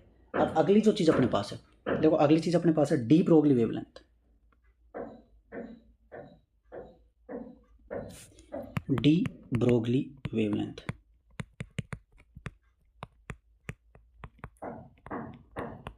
इसको भी अपन लैम्बडा से ही डिनोट करते हैं। डी ब्रोगली वेवलेंथ का मतलब क्या है? देखो जब प्लैंक्स क्वांटम थ्योरी आई थी ना, उसमें वेव थ्योरी भी थी एक। वेव थ्योरी अपने को ये बताती है कि लाइट जो होती है ना वो वेव के फॉर्म में चलती है। डी ब्रोगली ने ये बोला कि जो वेव है ना वो ऐसी चीज़ों के साथ भी एसोसिएट होती है जिनमें मास होता है। मतलब अगर कोई ट्रेन चल रही है, ट्रेन के साथ भी एक वेव चलेगी, कार के साथ भी एक वेव चलेगी, छोटी सी कोई बॉल है उसके साथ भी वेव चलेगी, इलेक्ट्रॉन रिवॉल्व करेगा उसके साथ भी वेव चलेगी। इसलिए अपन बोलते हैं इलेक्ट्रॉन ड्यूअल नेचर शो करता है, वेव की तरह भी और पार्टिकल की तरह भी, ठीक है। तो डी ब्रोगली वेवलेंथ जो थी उसको उन्होंने क्या बोला कि डी ब्रोगली वेवलेंथ जो होगी उसका सिंपली उन्होंने अपने को एक फॉर्मूला दिया। उस फॉर्मूले के बेस पे अपन ये बता सकते हैं कि किसकी डी ब्रोगली वेवलेंथ कितनी है, ठीक है। तो डी ब्रोगली वेवलेंथ जो होती है ना वो सभी जितने भी अपने पास क्या है पार्टिकल्स है जिनमें मास है उनके साथ एसोसिएट होती है। और उसी डी ब्रोगली वेवलेंथ का फॉर्मूला जो अपने पास है वो होता है क्या, lambda equals to h upon p. H अपने को पता ही है प्लैंक्स कांस्टेंट, पी क्या होता है मोमेंटम, पी का फॉर्मूला क्या होता है मास इनटू वेलोसिटी। तो लैम्बडा आ जाएगा एच अपॉन एम वी। ये अपने पास दूसरी फॉर्म आ गई, किसकी दूसरी फॉर्म, डी ब्रोगली वेवलेंथ की। तो डी ब्रोगली वेवलेंथ में ये फॉर्मूला भी लगा सकते हो, ये फॉर्मूला भी लगा सकते हो। ध्यान इतना ही रखना है कि मास होगा किलोग्राम में, वेलोसिटी होगी मीटर पर सेकंड में। यूनिट का ध्यान रखना है बस स्पेशली, ठीक है। बाकी कोई दिक्कत वाली बात नहीं है। एक चीज़ और है कि काइनेटिक एनर्जी जो होती है ना वो हाफ एम वी स्क्वायर होती है। क्या अपन यहाँ से वेलोसिटी की वैल्यू निकाल सकते हैं? वेलोसिटी हो जाएगी 2 times kinetic energy divided by मास, इसका रूट। देखो वी स्क्वायर जो आएगा, वी स्क्वायर क्या आ जाएगा 2 into kinetic energy upon m, और स्क्वायर हटाएंगे तो रूट आ जाएगा। इस इक्वेशन को उठा के 2 में रख दो तो अपने पास एक और फॉर्मूला आ जाएगा। देखो lambda equals to h upon mass into 2 into kinetic energy divided by mass का रूट। देखो v की जगह मैंने ये वैल्यू रख दी, बस ये रख दिया। मास देखो अंदर जाएगा तो स्क्वायर हो जाएगा, क्योंकि स्क्वायर जब होता है तो 12 के स्क्वायर हट जाता है, अंदर जाएगा तो स्क्वायर लग जाएगा। तो H upon 2 into kinetic energy into mass का स्क्वायर डिवाइडेड बाय एम, इसका रूट। मास से मास खत्म तो लैम्बडा क्या आ जाएगा H upon 2m kinetic energy का रूट। ये भी फॉर्मूला है डी ब्रोगली वेवलेंथ का, इसको भी ध्यान रखेंगे। ये तीनों के तीनों फॉर्मूले डी ब्रोगली वेवलेंथ के फॉर्मूले हैं और तीनों ही बहुत ही इंपॉर्टेंट हैं, ठीक है। अपन क्वेश्चन की जब इसकी सीरीज़ करेंगे ना एटॉमिक स्ट्रक्चर की, उसमें जितने भी फॉर्मूले अपन यूज़ करें ना उसके क्वेश्चन करेंगे और अलग अलग टाइप के क्वेश्चन बताऊंगा जो बहुत ही इंपॉर्टेंट है और बहुत ही बढ़िया तरीके से आपको बताएंगे कि कैसे सोल्व करने उनको, ठीक है। अगली चीज़ देखो, बोर मॉडल जब आया ना तो उन्होंने ये तो बता दिया कि एटम के चारों तरफ इलेक्ट्रॉन रिवॉल्व कर रहा है और एक स्टेशनरी ऑर्बिट में एक फिक्स एनर्जी के ऑर्बिट में रिवॉल्व कर रहा है। दिक्कत ये आई कि एटम जो होता है ना वो तो 3 डायमेंशनल होता है, ऑर्बिट जो होता है वो एक 2D रास्ता है, 2D पाथ है, 2 डायमेंशनल पाथ है। तो एटम तो 3D है और इलेक्ट्रॉन 2D में रिवॉल्व कर रहा है, तो एटम 3D कैसे हुआ फिर? इसीलिए एक कॉन्सेप्ट आता है अपने पास जिसको अपन बोलते हैं कॉन्सेप्ट ऑफ ऑर्बिटल। मतलब शेल जो होती है ना, शेल के बारे में जब बोर ने बताया कि शेल जो होगी मतलब ऑर्बिट जो होगा, जैसे n=1 शेल है, n=2, n=3, तो एक जो ऑर्बिट होगा उसके अंदर ही सब सेल होंगी और ऑर्बिटल होंगे जिनके अंदर इलेक्ट्रॉन रिवॉल्व कर रहे होंगे। तो उनको समझाने के लिए सोमरफेल्ड ने अपने को बताया था ऑर्बिटल्स के बारे में। तो सोमरफेल्ड ने क्या बोला, देखो पहली चीज़ तो ये अपने को ये पता होना चाहिए कि क्वांटम मैकेनिकल मॉडल जो होता है ना एटम का, वो अपने को बताता है ऑर्बिटल के बारे में और सब शेल के बारे में। सबसे पहली चीज़ देखो, अगर मान लो अपने पास आते हैं क्वांटम नंबर्स। क्वांटम नंबर्स जो होते हैं ना ये अपने को एड्रेस ऑफ इलेक्ट्रॉन बताते हैं कि इलेक्ट्रॉन कहाँ पे प्रेजेंट है। एड्रेस ऑफ इलेक्ट्रॉन 4 टाइप के होते हैं, एक होता है n, l, m और s। ये 4 क्वांटम नंबर है। यही 4 क्वांटम नंबर मिल के अपने को बताते हैं इलेक्ट्रॉन कहाँ पे है और वो कैसे रोटेट कर रहा है, क्लॉकवाइज एंटी क्लॉकवाइज, उसकी स्पिन बताते हैं मतलब। तो देखो सबसे पहला क्वांटम नंबर है एन। एन को अपन बोलते हैं प्रिंसिपल क्वांटम नंबर। ये अपने को बताता है साइज ऑफ ऑर्बिट, मतलब ये अपने को ऑर्बिट नंबर बताता है। अगर n इक्वल्स टू 1 है मतलब पहले ऑर्बिट में इलेक्ट्रॉन है, छोटा ऑर्बिट है। n इक्वल्स टू 2 मतलब बड़ा ऑर्बिट है, सेकंड वाला। n इक्वल्स टू 3 और बड़ा ऑर्बिट है। तो ये अपने को साइज ऑफ ऑर्बिट बताता है। और इसकी जो वैल्यू होती है ना, वो 1 से आगे तक कुछ भी हो सकती है, नेचुरल नंबर। n कभी भी 0 नहीं होगा, ठीक है। अगर सेकंड देखें, सेकंड होता है l, इसी को अपन बोलते हैं azimuthal quantum number. Azimuthal quantum number ये जो है ना, ये अपने को बताता है सब सेल के बारे में। n बताता है अपने को ऑर्बिट मतलब सेल के बारे में, l बताता है सब सेल के बारे में। और l जो होता है ना, वो 0 से n-1 तक होता है। मतलब अगर अपन एग्जांपल देखें किसी भी केस में, अगर मान लो n की वैल्यू 1 है, n की वैल्यू 1 से कम तो हो ही नहीं सकती। l क्या आएगा, 0 से n-1 मतलब 1-1, 1-1 मतलब 0, तो l की वैल्यू आ गई 0। l जो होता है ना l, ये l अपने को बताता है सब सेल कौन सी है। जैसे अगर l की वैल्यू 0 है तो उस केस में क्या हो जाएगा, l की वैल्यू 0, 1, 2, 3 कुछ भी हो सकती है। इसी के बेस पे सब सेल जो होगी ना, ये अपन ने मान लिया l इक्वल्स टू 0 मतलब s सब सेल, l इक्वल्स टू 1 मतलब p सब सेल, 2 मतलब d सब सेल, उसके बाद f, और आगे जैसे जैसे चलते जाएंगे h, g, h ऐसे आता जाएगा, f के बाद g, h, i, j के ऐसे चलता जाएगा, ठीक है। तो पहले s, p, d, f, उसके बाद f के बाद जितने भी हैं वो अल्फ़ाबेटिक ऑर्डर में चलता जाएगा। तो ये l के बेस पे अपन सब सेल बता सकते हैं। l इक्वल्स टू 0 मतलब ये s सब सेल होगी। अगर n की वैल्यू अपन 2 ले लेते हैं, l हो जाएगा 0 से n-1 मतलब 2-1, तो l हो जाएगा 0 से 2-1 मतलब 1। तो l की दो वैल्यूज आई, इसका मतलब इसमें s सब सेल भी होगी और p सब सेल भी होगी। s और p, 0 और 1 के देखो, 0 मतलब s, 1 मतलब p। तो n इक्वल्स टू 1 के लिए केवल देखो s हो सकता है, इसलिए अपन बोलते हैं केवल 1s पॉसिबल है। n इक्वल्स टू 2 के लिए s और p दोनों हो सकते हैं, मतलब 2s भी हो सकता है और 2p भी। ये दो सब सेल हो गए, ठीक है। ये अभी आगे बताऊंगा कि कैसे कर रहे हैं अपन और क्या करने चाह रहे हैं इससे, ठीक है। अगला जो है वो m। m मतलब होता है मैग्नेटिक क्वांटम नंबर। ये अपने को बताता है ओरिएंटेशन के बारे में। ओरिएंटेशन मतलब ये अपने को ऑर्बिटल के बारे में बताता है। कैसे बताएगा, देखो m जो होता है ना, वो होता है -l से लेके +l तक। मतलब m की वैल्यू -l से +l तक हो सकती है अगर l की वैल्यू 0 है। l 0 क्या था, s सब सेल, s सब सेल। तो s सब सेल में m क्या हो जाएगा, -0 से +0 मतलब केवल a की वैल्यू आई। m की a की वैल्यू आई मतलब एक ही ऑर्बिटल होगा, तो s सब सेल में केवल एक ऑर्बिटल होता है। अगर l की वैल्यू 1 आई, इसका मतलब p सब सेल। तो m की वैल्यू क्या आ जाएगी, -1 से +1, -1, 0, +1। तो कितनी वैल्यूज आई, 3 वैल्यूज, इसका मतलब 3 ऑर्बिटल हो जाएंगे। तो p सब सेल में 3 ऑर्बिटल होते हैं, इनको अपन 3 बॉक्स से रिप्रेजेंट करते हैं, इन्हीं में इलेक्ट्रॉन भरेंगे अपन। s में केवल एक ऑर्बिटल होता है तो एक ही डब्बा बनाएंगे। अब देखो अगर अपने पास l इक्वल्स टू 2 है, इसका मतलब d सब सेल है। d सब सेल है, d सब सेल का मतलब देखो 2 के लिए d कैसे पता चला, ये रहा, 0 के लिए s, 1 के लिए p, 2 के लिए d। तो d के लिए कितने हो जाएंगे, देखो m की वैल्यू क्या क्या आ जाएगी, -2, -1, 0, +1 और +2। इसका मतलब m की कितनी वैल्यूज आई, 5 वैल्यूज, मतलब d के कितने ऑर्बिटल हो जाएंगे, 5 ऑर्बिटल्स।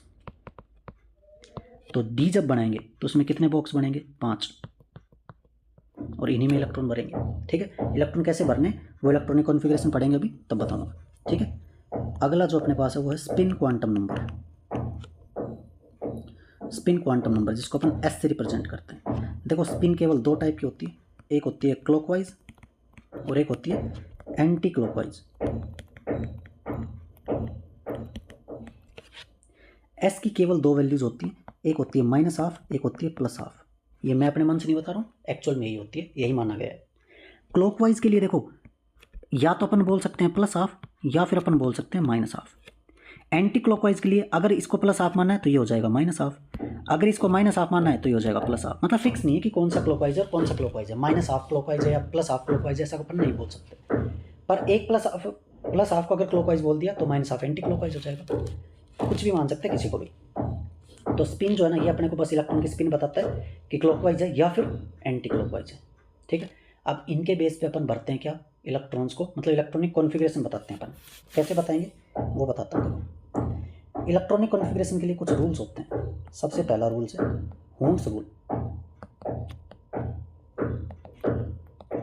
देखो होन्स रूल ये बोलता है कि अगर कोई भी सबसेल अपने पास, जैसे पी सबसेल, उसमें 3 ऑर्बिटल है, इस पी सबसेल में अगर 3 ऑर्बिटल हैं, सिंपल भाषा में बता रहा हूँ बस, तो इन 3 ऑर्बिटल्स में जब इलेक्ट्रॉन अपन भरेंगे तो पहले सिंगल इलेक्ट्रॉन भरेंगे सब में पैरेलल स्पिन के साथ। वो आप ऐसे भी भर सकते हो या फिर ऐसे भी भर सकते हो, ऐसे। ये इलेक्ट्रॉन की स्पिन है, क्लॉकवाइज या फिर एंटी क्लॉकवाइज कुछ भी हो सकती है। पहले एक एक इलेक्ट्रॉन भरेंगे सब में, उसके बाद ही पेयरिंग करवाएंगे। पहले सब में एक एक इलेक्ट्रॉन कॉमन पैरेलल स्पिन में, उसके बाद ही पेयरिंग करा सकते हैं। ये दोनों सही हैं, लेकिन अगर आपने ऐसे करा दिया कि 4 इलेक्ट्रॉनों को ऐसे भर दिया तो ये गलत है। पेयरिंग तब तक नहीं होगी जब तक सभी ऑर्बिटल्स को एक एक इलेक्ट्रॉन ना मिल जाए पैरेलल स्पिन के अंदर। मतलब पैरेलल स्पिन में एक एक मिलना चाहिए। मतलब ये भी नहीं कर सकते अपन कि अगर मान लो अपन ने ये कर दिया, ये भी गलत है। क्यों? क्योंकि सबको एक एक इलेक्ट्रॉन मिला लेकिन पैरेलल स्पिन में नहीं मिला। देखो ये तो अपोजिट स्पिन होगी ना, तो सबको पहले एक एक सिंगल मतलब सेम स्पिन में ऑर्बिटल मिलना चाहिए, उसके बाद पेयरिंग कराएंगे। तो ये दोनों ही तरीके सही हैं होन्स रूल के अकॉर्डिंग। दूसरी चीज़ अपने पास आती है Pauli's exclusion principle. Poly exclusion principle, poly exclusion principle ये बोलता है,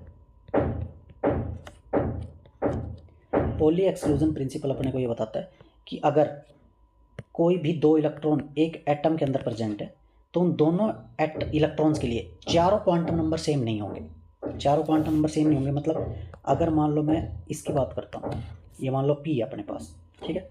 अगर इस पी में ये मान लो अपने पास 3p है, एन की वैल्यू क्या होगी 3।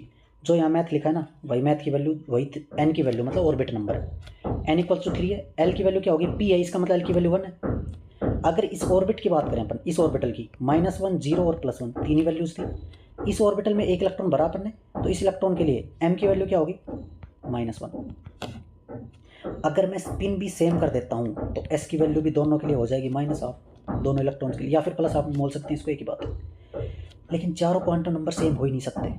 अगर ये 3 सेम हो भी गए तो चौथे को अलग करना ही पड़ेगा। मतलब ये करने का, अलग करने का मतलब क्या है, इसकी जो स्पिन है ना वो अपोजिट ही आएगी। पॉली एक्सक्लूजन प्रिंसिपल ने ये बोला किसी भी ऑर्बिटल में 2 इलेक्ट्रॉन भरने हैं तो उनकी सेम स्पिन नहीं हो सकती, किसी भी हालत में दोनों की सेम स्पिन नहीं होगी। दोनों की स्पिन क्या होनी चाहिए, अपोजिट होनी चाहिए।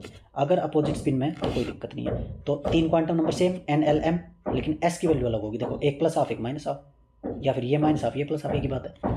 तो सेम ऑर्बिटल में 2 इलेक्ट्रॉन सेम स्पिन में नहीं आएंगे, ये बोला पॉली एक्सक्लूजन प्रिंसिपल ने, ठीक है। अब एक अपने पास जो तीसरा रूल आता है इसको अपन बोलते हैं ओबो प्रिंसिपल। ओबो प्रिंसिपल, इसी को अपन N+L रूल भी बोलते हैं। N+L रूल मतलब क्या है इसका? इसका मतलब ये है जिस भी ऑर्बिटल या सबशेल के लिए N+L की वैल्यू लोवेस्ट होगी उसी की एनर्जी भी लोवेस्ट होगी, और इसी को पहले भरा जाएगा, फील्ड फर्स्ट। एग्जाम्पल देखो, अगर मैं बोलूँ अपने पास है 3s और एक अपने पास है 4s, n की वैल्यू 3, n की वैल्यू 4, l की वैल्यू s के लिए 0, s के लिए 0, n+l की वैल्यू 3 + 0 3, 4 + 0 4। जिसके लिए n+l की वैल्यू छोटी उसी की एनर्जी कम, मतलब 3s की एनर्जी कम है 4s से। एनर्जी का ऑर्डर मतलब 3s will be field first. Electronic configuration में 3s को 4s से पहले भरेंगे, 3s will be filled before 4s, ठीक है। ये मतलब है N+L रूल का। अगर कभी भी N+L की वैल्यू सेम आ जाए तो जिसके लिए n की वैल्यू लोवेस्ट होगी उसी को पहले भरेंगे, उसी की एनर्जी कम मानी जाएगी। जैसे मान लेते हैं अपन एग्जाम्पल देखते हैं, ये एग्जाम्पल था पहला, एक और एग्जाम्पल ले रहे हैं अपन। मान लो अपन एग्जाम्पल देखते हैं, मान लो अपने पास है 3D और 5s, n की वैल्यू 3, n की वैल्यू 5, l की वैल्यू d के लिए 2, l की वैल्यू 0, n प्लस l की वैल्यू 3 + 2 5, 5 + 0 5, दोनों सेम। अगर दोनों एनर्जी n प्लस l की वैल्यू सेम आ गई तो जिसके लिए n की वैल्यू कम, n की वैल्यू इसके लिए कम, तो इसी को पहले भरेंगे। मतलब 3D की एनर्जी 5s से कम मानी जाएगी और 3D को ही 5s से पहले भरा जाएगा। ये है n प्लस l रूल का मतलब।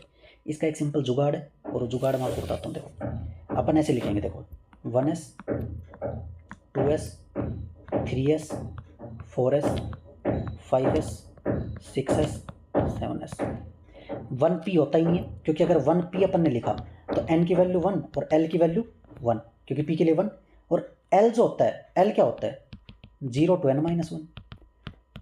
l जो होगा ना उसकी मैक्सिमम वैल्यू 0 से n - 1 तक जा सकती है, n से एक कम, लेकिन n के बराबर नहीं हो सकता। l कभी भी n के बराबर नहीं होगा। इसका मतलब 1p पॉसिबल ही नहीं है, लेकिन 2p हो सकता है, 3p हो सकता है, 4p हो सकता है, 5p हो सकता है, 6p हो सकता है, 7p हो सकता है। 2d नहीं होगा सेम तरीके से, क्योंकि 2d में फिर से क्या हो जाएगा, n की वैल्यू 2 और l की वैल्यू भी 2, दोनों बराबर हो ही नहीं सकते। लेकिन 3d हो सकता है, 4d 5d 6d 7d। अभी जुगाड़ बता रहा हूँ बस, 4f 5f 6f 7f। करना क्या है, ऐसे चलना है, यहाँ से स्टार्ट करना है। पहले 1s कटेगा, मतलब पहले 1s को ही भरना पड़ेगा इलेक्ट्रॉनिक कॉन्फ़िगरेशन में। उसके बाद 2s, फिर 2p, फिर 3s, फिर 3p, फिर 4s, 3d 4p 5s, 4d 5p 6s, 4f 5d 6p 7s, ऐसे चलते जाएंगे।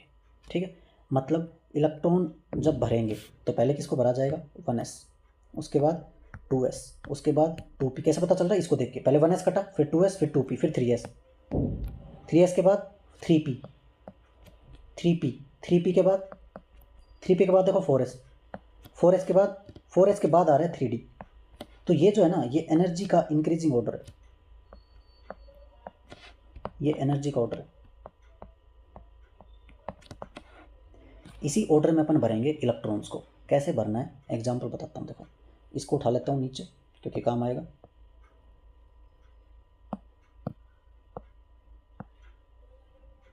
अब देखो इससे अपन इलेक्ट्रॉनिक कॉन्फ़िगरेशन कैसे लिखेंगे वो बताता हूँ। बिल्कुल सिंपल चीज़ है। अगर अपन सबसे पहला एग्जाम्पल देखते हैं, मान लो अपने पास है हाइड्रोजन, एक इलेक्ट्रॉन होता है, तो 1s में देखो 1s मतलब इस 1s में एक ही ऑर्बिटल होता है और एक ऑर्बिटल में मैक्सिमम 2 इलेक्ट्रॉन आ सकते हैं। कैसे पता चला, पॉली एक्सक्लूजन प्रिंसिपल से। देखो पॉली ने क्या बोला, एक ऑर्बिटल में जो 2 इलेक्ट्रॉन है उनकी अपोजिट स्पिन होनी चाहिए। अब 2 ही तो स्पिन है, प्लस हाफ और माइनस हाफ, तो एक ऑर्बिटल में मैक्सिमम कितने इलेक्ट्रॉन आएंगे, एक ऑर्बिटल में मैक्सिमम 2 इलेक्ट्रॉन मैक्स। अब बताओ एस ऑर्बिटल में कितने एस सब शेल में कितने ऑर्बिटल थे, एक ऑर्बिटल, तो इसमें मैक्सिमम 2 इलेक्ट्रॉन आ सकते। पी में कितने ऑर्बिटल थे, 3 ऑर्बिटल। ये पता है ना कहाँ से बता रहा हूँ मैं, यहाँ से देखो ये एस में एक ऑर्बिटल, पी में 3 ऑर्बिटल, डी में 5 ऑर्बिटल। तो इसका मतलब पी में 3 ऑर्बिटल है तो इसमें मैक्सिमम 6 इलेक्ट्रॉन आ सकते हैं, क्योंकि हर ऑर्बिटल में 2 तो 3 में 6। डी में 5 ऑर्बिटल होते हैं तो इसमें मैक्सिमम 10 इलेक्ट्रॉन आ सकते हैं। एफ में 7 हो जाएंगे ऑर्बिटल ऐसे ही, तो इसमें मैक्सिमम 14 इलेक्ट्रॉन आ सकते हैं। तो इसी बेस पे अपन ये करेंगे। देखो अगर हाइड्रोजन है, एक इलेक्ट्रॉन था 1s में, एक इलेक्ट्रॉन, ये इलेक्ट्रॉन बता रहा है और ये 1s सबसेट। अगर हीलियम की बात करें तो 1s 2 इलेक्ट्रॉन थे, दोनों 1s में डाल दिए। अब 1s हो चुका है फुल, क्योंकि 1s में मैक्सिमम s में 2 इलेक्ट्रॉन आ सकते हैं, तो 2 तो आ गए 1s में, 1s में। उसके बाद क्या आएगा 2s, बचा हुआ एक इलेक्ट्रॉन 2s में चला जाएगा। ऐसे अगर अपन बेरिलियम देखें, 4, 2 1s में चले गए, उससे अगले 2 2s में चले गए। अगर अपन अगला देखें बोरोन, 1s में 2, 2s में 2, अब फिर से 2s फुल हो गया तो किस में जाएगा, 2s के बाद 2p, तो 2p में एक इलेक्ट्रॉन। अगर अपन इसी प्रकार से मान लो अपन देखते हैं नाइट्रोजन, 1s2 2s2, कितने इलेक्ट्रॉन हो गए, 4, कितने बचे 3। अब 2p में देखो तीनों इलेक्ट्रॉन आ सकते हैं, क्योंकि p में मैक्सिमम 6 आ सकते हैं, तो 3 तो आ ही सकते हैं। 2p2 करके आगे नहीं जाना है, 2p3 हो जाएगा। ऐसे ही अपने पास आता है ऑक्सीजन, 1s2 2s2 2p4, तो नियोन जो आएगा ना, नियोन एटॉमिक नंबर 10। वहाँ तक अपने पास पी भी फुल हो जाएगा। देखो 1s2 2s2 2p6।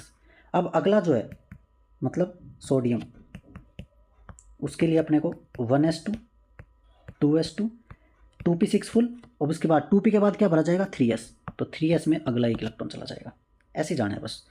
अब अगर अपन करते करते मान लो किसी टाइम पे पोटाशियम पे पहुंच जाते हैं जिसका एटॉमिक नंबर है 19, तो पहले तो 1s में भरेंगे 2, फिर 2s में 2, फिर 2p में 6, कितने हो गए 6 और 2 8 और 2 10, अब 9 इलेक्ट्रॉन बचे। 2p के बाद किसको भरना है 3s, 3s में मैक्सिमम 2 आ सकते हैं।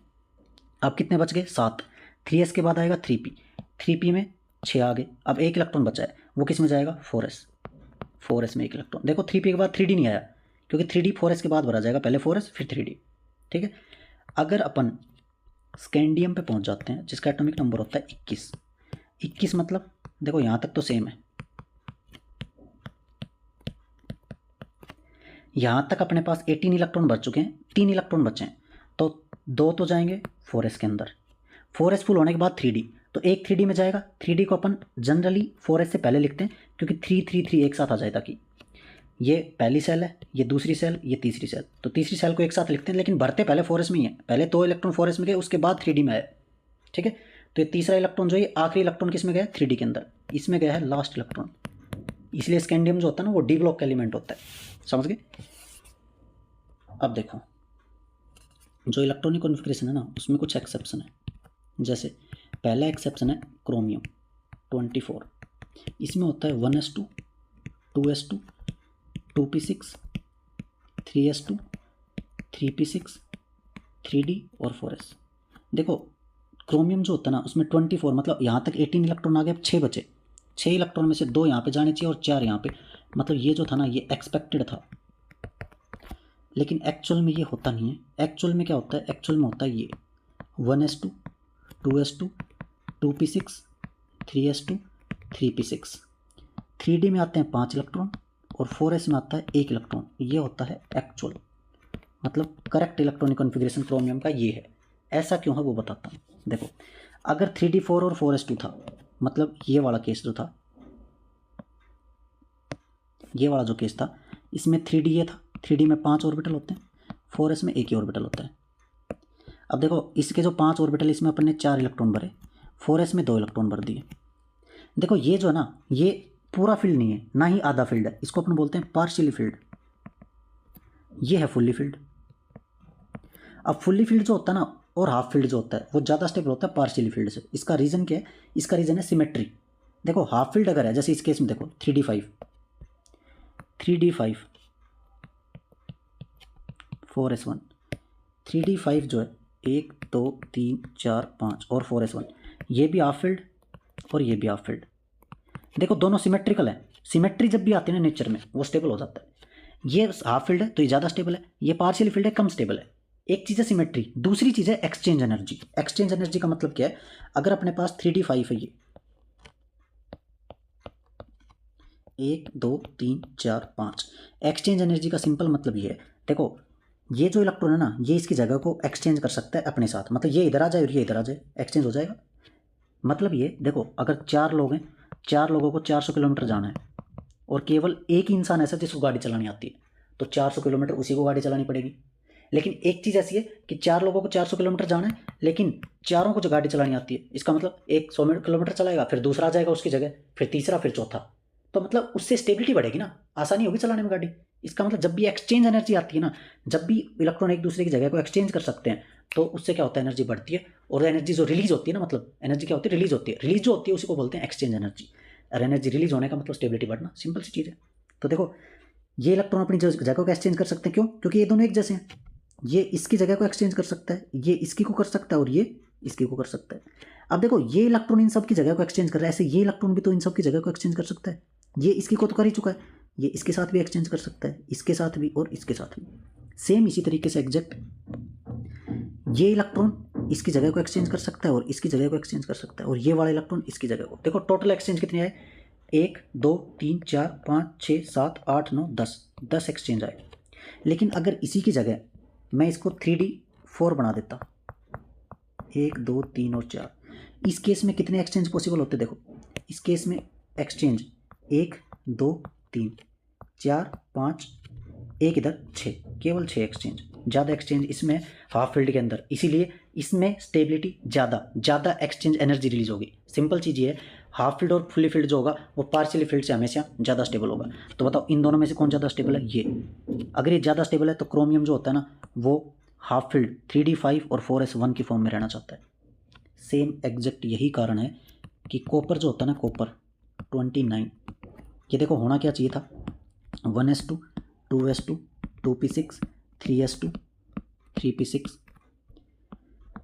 3d9 4s2, ये होना चाहिए था। पर दिक्कत ये 3d9 जो होता है ना वो पार्शियली फील्ड है। ये है 3d9, देखो 1 2 3 4 5 6 7 8 9 4s2, ये पार्शियली फील्ड है। लेकिन जब एक्चुअल वाला लिखेंगे अपन, देखो पहली चीज़ तो ये यहाँ से लेके यहाँ तक 18 इलेक्ट्रॉन हो गए। 18 का मतलब होता है आर्गन, तो इसको मैं ऐसे भी लिख सकता हूँ आर्गन। इसका मतलब ये 18 इलेक्ट्रॉन का कॉन्फ़िगरेशन अपन ने इस छोटे फॉर्म में लिख दिया। इसके बाद क्या बचा, 3d और 4s बचा केवल, बस। तो ऐसे भी लिख सकते हैं इलेक्ट्रॉनिक कॉन्फ़िगरेशन को अपन। जो भी नोबल गैस है ना, जैसे 1s2 था हीलियम, तो यहाँ हीलियम लिख के आगे का इलेक्ट्रॉनिक कॉन्फ़िगरेशन लिख देते, पर यहाँ तक आर्गन है, 18 इलेक्ट्रॉन हो गए तो आर्गन लिख सकते हैं। उसके बाद 3d और 4s बचा, इसको अपन लिखेंगे 3d10 4s1, मतलब इसका एक इलेक्ट्रॉन यहाँ पे आ जाएगा ताकि ये फुल्ली फिल्ड हो जाए। अब देखो ये फुल्ली फिल्ड हो गया, 1 2 3 4 5 6 7 8 9 10, और ये भी हाफ फील्ड हो गया। Fully field half field, partial और हाफ फुल्ली फील्ड से ज़्यादा स्टेबल है, क्योंकि फुल्ली फील्ड और पार्शियल को कंपेयर करोगे तो फुल्ली फील्ड ही ज़्यादा स्टेबल होगा। ठीक है, तो ये कॉपर का इलेक्ट्रॉनिक कॉन्फ़िगरेशन है। ये था एक्सपेक्टेड जो कि गलत है, और ये है एक्चुअल जो कि सही है। इन दोनों के इलेक्ट्रॉनिक कॉन्फ़िगरेशन को अच्छे से ध्यान रखना है, ठीक है, और इलेक्ट्रॉनिक कॉन्फ़िगरेशन अपन लिख देंगे। ठीक है, एक चीज़ और अपने पास आती है, shape of orbitals. Shape of orbitals, सबसे पहली चीज़ सबसेल देखो, एस सबसेल जो होती है ना उसमें एक ही ऑर्बिटल होता है, और एस सबसेल में जो एक ऑर्बिटल होता है ना, ये ऑर्बिटल होता है स्फेरिकल। ये ऑर्बिटल होता है स्फेरिकल, मतलब एस जो होता है ना वो ऐसा होता है। ये 1s हो सकता है, मान लो ये 1s था, ये 1s है, इसके बाद 2s होगा, फिर 3s होगा, ऐसे। तो स्फेरिकल होता है एस ऑर्बिटल। पी सबसेल जो होती है ना उसमें आते हैं 3 ऑर्बिटल्स, और ये तीनों ऑर्बिटल्स होते हैं डम्बेल्ड शेप के। डम्बेल्ड मतलब देखो पी जो होता है ना वो 3 एक्सिस में होता है, जैसे ये मान लो एक्स एक्सिस था, ऐसे ये वाई एक्सिस है, और ये जो होगा ये जेड एक्सिस है। ठीक है, एक्स एक्सिस में जो होता है ये एक्स एक्सिस में, पी एक्सिस में मतलब वाई एक्सिस में सॉरी, और जेड एक्सिस में। जो एक्स एक्सिस में पी ऑर्बिटल होता है उसको बोलते हैं पी एक्स, ये होता है पी वाई, और ये होता है पी जेड। देखो एम की वैल्यू अपन ने 3 देखी थी ना, -1 0 +1, ये तीनों वैल्यूज के बेस पे 3 ऑर्बिटल आ गए। 0 जो होता है ना वो केवल फिक्स होता है जेड एक्सिस के लिए, तो पी जेड के लिए एम की वैल्यू 0 है, बाकी +1 -1 एक्स और वाई दोनों में से किसी के लिए भी हो सकता है। ये है शेप पी और पी सबसेल के ऑर्बिटल्स की, पी एक्स पी वाई और पी जेड 3 होते हैं। अब अगर अपन डी सबसेल की बात करें तो डी सबसेल जो होता है, डी सबसेल में होते हैं 5 ऑर्बिटल्स, और ये होते हैं डबल डम्बल शेप के, डबल डम्बल। इनमें से एक जो होता है वो सबसे अलग दिखता है, बनते कैसे वो बता देता हूँ। देखो सबसे पहली चीज़, अगर अपने पास ये एक्स और वाई एक्सिस है, या फिर ये एक्स और जेड एक्सिस है, या फिर ये वाई और ये जेड एक्सिस है, तो इसमें 5 पॉसिबिलिटीज़ बनती हैं। ये अपने पास एक्स और वाई है, और ये अपने पास जेड एक्सिस है। कैसे बनेगा वो बताता हूँ। देखो सबसे पहला जो होता है ना वो एक्स और वाई प्लेन के बीच में होता है। देखो एक्स वाई प्लेन के बीच में होगा, मतलब इसको अपन बोलते हैं d x y. X y plane में इसकी लोब्स हैं। एक्स और जेड में होगी तो इसको अपन बोलते हैं डी जेड एक्स, जेड और एक्स एक्सिस के बीच में लोब्स हैं। वाई जेड के बीच में लोब्स होगी तो इसको अपन बोलते हैं डी वाई जेड। अगर एक्सिस के ऊपर लोब्स आ जाएं, एक्सिस के ऊपर, इसको अपन बोलते हैं d x square minus y square. देखो इनके नाम जो है ना वो स्क्रोडिंगर वेव इक्वेशन से निकल के हैं, तो इन पर फोकस नहीं करना है। अगर जेड एक्सिस के ऊपर लोब्स आ जाएं और बीच में आ जाए रिंग, इसको बोलते हैं डी जेड स्क्वेयर। ठीक है, तो देखो ये डी ऑर्बिटल्स की शेप है, इनके नाम ध्यान रखने, कौन सा कैसा दिखता है ध्यान रखना है। एक्स इसके ऊपर लोब आएगी तो x square minus y square, बीच में आएंगे तो d x y y z और जेड एक्स, और जेड एक्सिस के ऊपर लोब्स हैं और साथ में एक रिंग है। ये जो होती है ना इसको रिंग बोलते हैं अपन, डिस्क होती है एक तरह से इलेक्ट्रॉन की। ये जो दो लोब्स हैं यही मेन अपनी ओवरलैपिंग करते हैं। ये आगे पढ़ेंगे जब केमिकल बॉन्डिंग पढ़ेंगे अपन, ठीक है, पीरियोडिक टेबल केमिकल बॉन्डिंग बताएंगे इसको। तो ये जो है ये डी जेड स्क्वायर है जो सबसे अलग दिखता है, ठीक है, बाकी सब के सब डबल डम्बल शेप के, डी जेड स्क्वायर थोड़ा सा अलग दिखता है बस, ठीक है। अब एक चीज़ अपने पास आती है जिसको अपन बोलते हैं नोड। एक चीज़ अपने पास आती है जिसको अपन बोलते हैं नोड्स। देखो नोड्स का मतलब ये होता है जहाँ पे इलेक्ट्रॉन की पाने की जो पॉसिबिलिटी है ना वो मिनिमम होती है, मतलब लगभग जीरो, अप्रोक्स जीरो। जहाँ इलेक्ट्रॉन मिलने की संभावना लगभग जीरो हो जाए, मतलब मिनिमम हो जाए, उसको बोलते हैं नोड। जैसे अगर मान लो मैं बोलूँ ये पी ऑर्बिटल है, इसमें यहाँ पे देखो, यहाँ पे इस जगह पे इलेक्ट्रॉन मिलने की पॉसिबिलिटी क्या है, ना के बराबर यहाँ पे। मतलब अगर मैं यहाँ से एक प्लेन पास कर दूँ, इस प्लेन पे एक भी इलेक्ट्रॉन नहीं होगा, इसी को अपन बोलते हैं नोडल प्लेन। नोडल प्लेन को ही एंगुलर नोड बोला जाता है। दो टाइप के नोड होते हैं, एंगुलर और रेडियल नोड। एंगुलर नोड का मतलब नोडल प्लेन, कोई ऐसा प्लेन जहाँ से इलेक्ट्रॉन मिले ही ना उस प्लेन के ऊपर, उसको बोलते हैं नोडल प्लेन। लेकिन देखो अगर मैं इसी की जगह एस ऑर्बिटल ले लेता या एस सबसेल ले लेता, इस एस सबसेल से कहीं से भी नोडल प्लेन पास ही नहीं किया जा सकता, मतलब इसमें एंगुलर नोड जो होंगे वो हमेशा जीरो हो जाएंगे। पी के केस में देखो एंगुलर नोड कितना है, एक एंगुलर नोड है ये रहा। पी एक्स में भी एक है, अगर पी वाई होता उसमें भी एंगुलर नोड मिल जाता है ये रहा। पी जेड होता तो उसमें भी एंगुलर नोड मिल जाता है ये रहा। तो पी में एक एंगुलर नोड होता है, एस में कभी भी एंगुलर नोड नहीं मिलेगा, क्योंकि एस सब शेल में कहीं से भी इलेक्ट्रॉन पास करोगे ना, इलेक्ट्रॉन डेंसिटी को टच करेगा ही करेगा, कर ही नहीं सकते, ठीक है। तो यहाँ पे न्यूक्लियस है, इससे इलेक्ट्रॉन मतलब ये नोडल प्लेन पास कर ही नहीं सकते अपन। अब रेडियल नोड क्या होता है वो बताता हूँ। रेडियल नोड का मतलब ये, अगर मान लो अपने पास ये न्यूक्लियस था, यहाँ पे होगा 1s और यहाँ पे होगा 2s। इसको थोड़ा सही से बना देता हूँ, ये है 1s,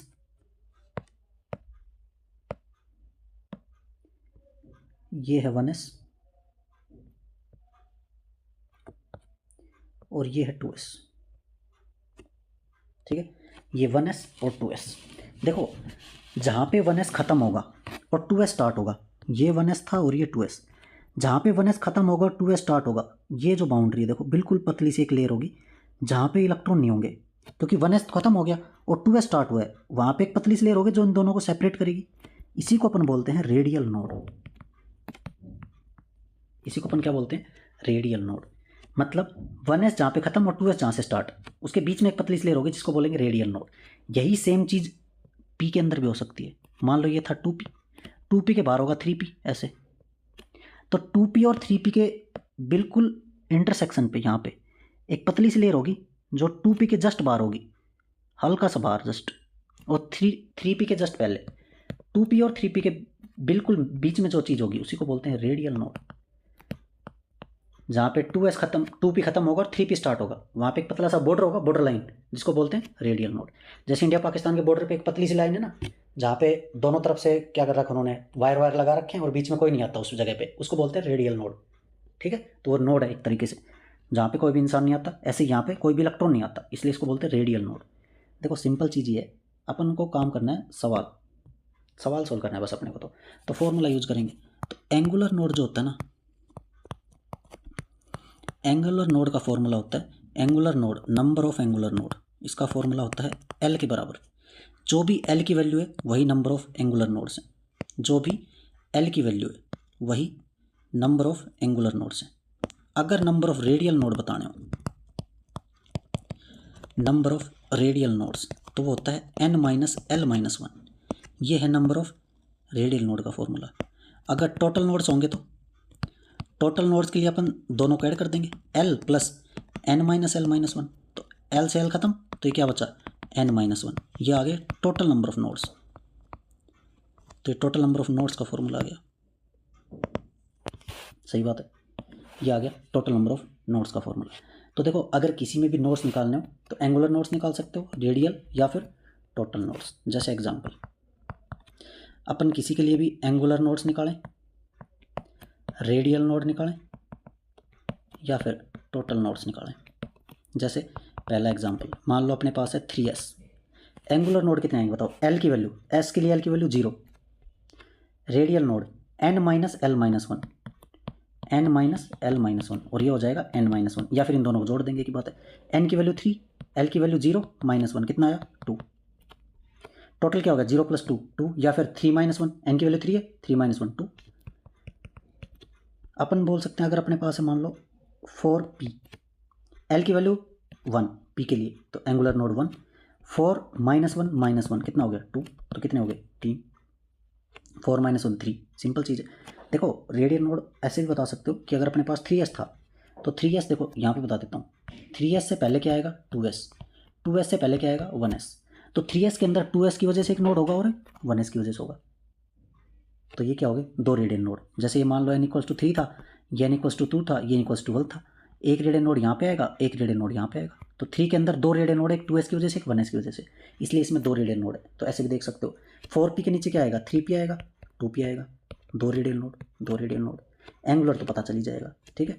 तो ऐसे अगर अपने पास मान लो अपने पास है 5s, तो इसका मतलब क्या हो सकता है 5s, n की वैल्यू 0, 5 माइनस 0 माइनस 1 कितने आए 4, 4 प्लस 0 4, या फिर 5 माइनस 1 कर दो n माइनस 1, एक ही बात है, टोटल निकाल सकते हो, या फिर बोल दो 4s, 3s, 2s और 1s, इन चारों की वजह से एक रेडियल नोड आएगा, तो 4 रेडियल नोड आ गए। कोई भी तरीके से कर लो, एक ही बात है, ठीक है, समझ गए ना। तो ये सब था एटॉमिक स्ट्रक्चर के बारे में। आई होप कि आपको अच्छे से समझ में आया होगा। बिल्कुल अच्छे से पढ़ना है, ठीक है, अच्छे से तैयारी करनी है, और इसके एक क्वेश्चन सीरीज में लेके आऊँगा बहुत ही जल्द, जिसमें अपन जितने भी अपने फॉर्मूले वगैरह किए उन सबके ऊपर क्वेश्चन अपन करेंगे अच्छे से, ठीक है। तब तक के लिए अच्छे से पढ़िए, ठीक है, ओके, थैंक यू।